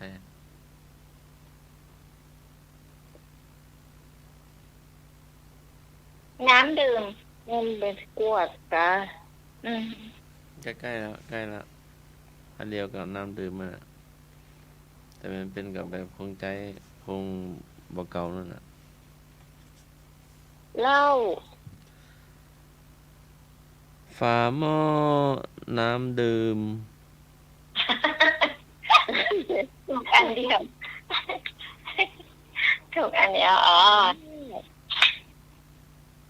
ฝาหม้อปิดน้ำดื่ม บ้านน้ำใหม่ก็มีเหรอถึงวันเนี่ยยังกินอยู่เลย อ๋อ ฝาหม้อปิดฝาหม้อ ดี ฝาหม้อปิดไอ้นั่นน่ะเนาะไอ้ที่ ฝาหม้อไหน่ะ โอ้ไม่น้อยอ่ะนะ บนนั่นน่ะ ปิดน้ำดื่ม ข้างบนย่อยอยู่ตรงบนให้ ต้องพอหลุดไปแล้วกันน่ะ หรือว่าพี่พรที่รถเนอะ น้องพรหายไปละเอาเดี๋ยวไปดูเวลาแป๊บนึง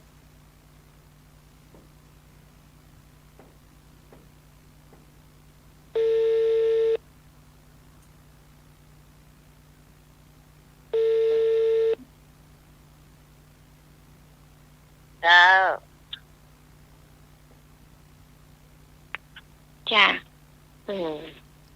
ฝนตก โทรศัพท์เครื่องอันของน้องพรเครื่องน้อยหรือเปล่า ใหญ่ ใหญ่ไม่น่าโหลดอะ เครื่องใหญ่นะโหลดไว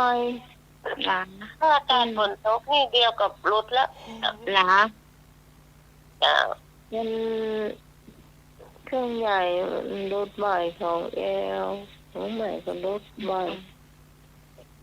ทำไมใช้เครื่องน้อยเป็นอย่างไรเห็นสักคำถามหนึ่งป่ะ อาจารย์สมัครว่ามา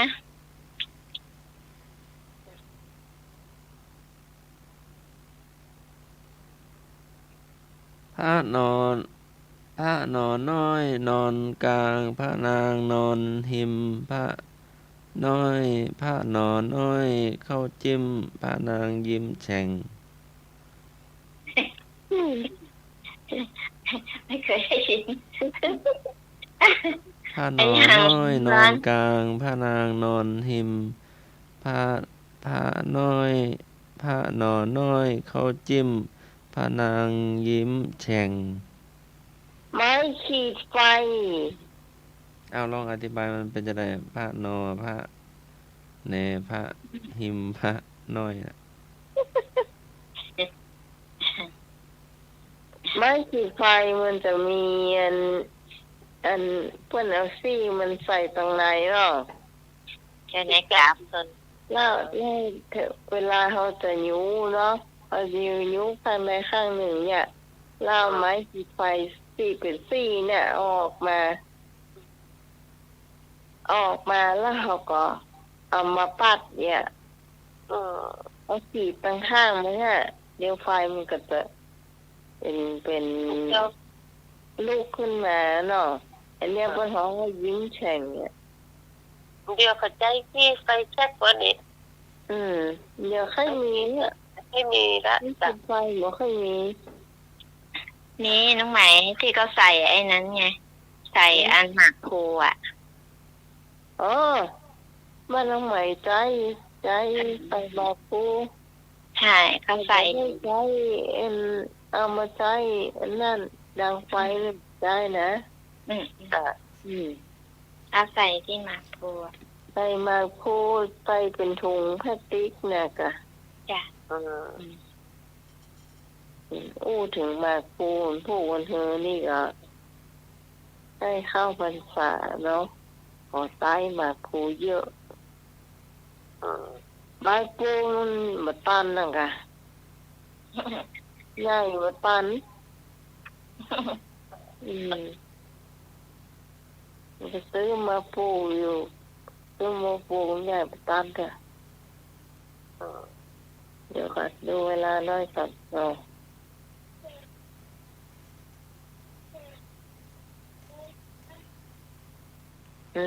ว้าวอาจารย์สมัครปลา น้องไหมมันจะหมดจะเที่ยงคืนอาจารย์สมัครลาก่อนก็ได้จ้ะ ก่อนเจ้า จ้ะ อรหะตะมะตันที่ตังเวพัทเทกาลโตติ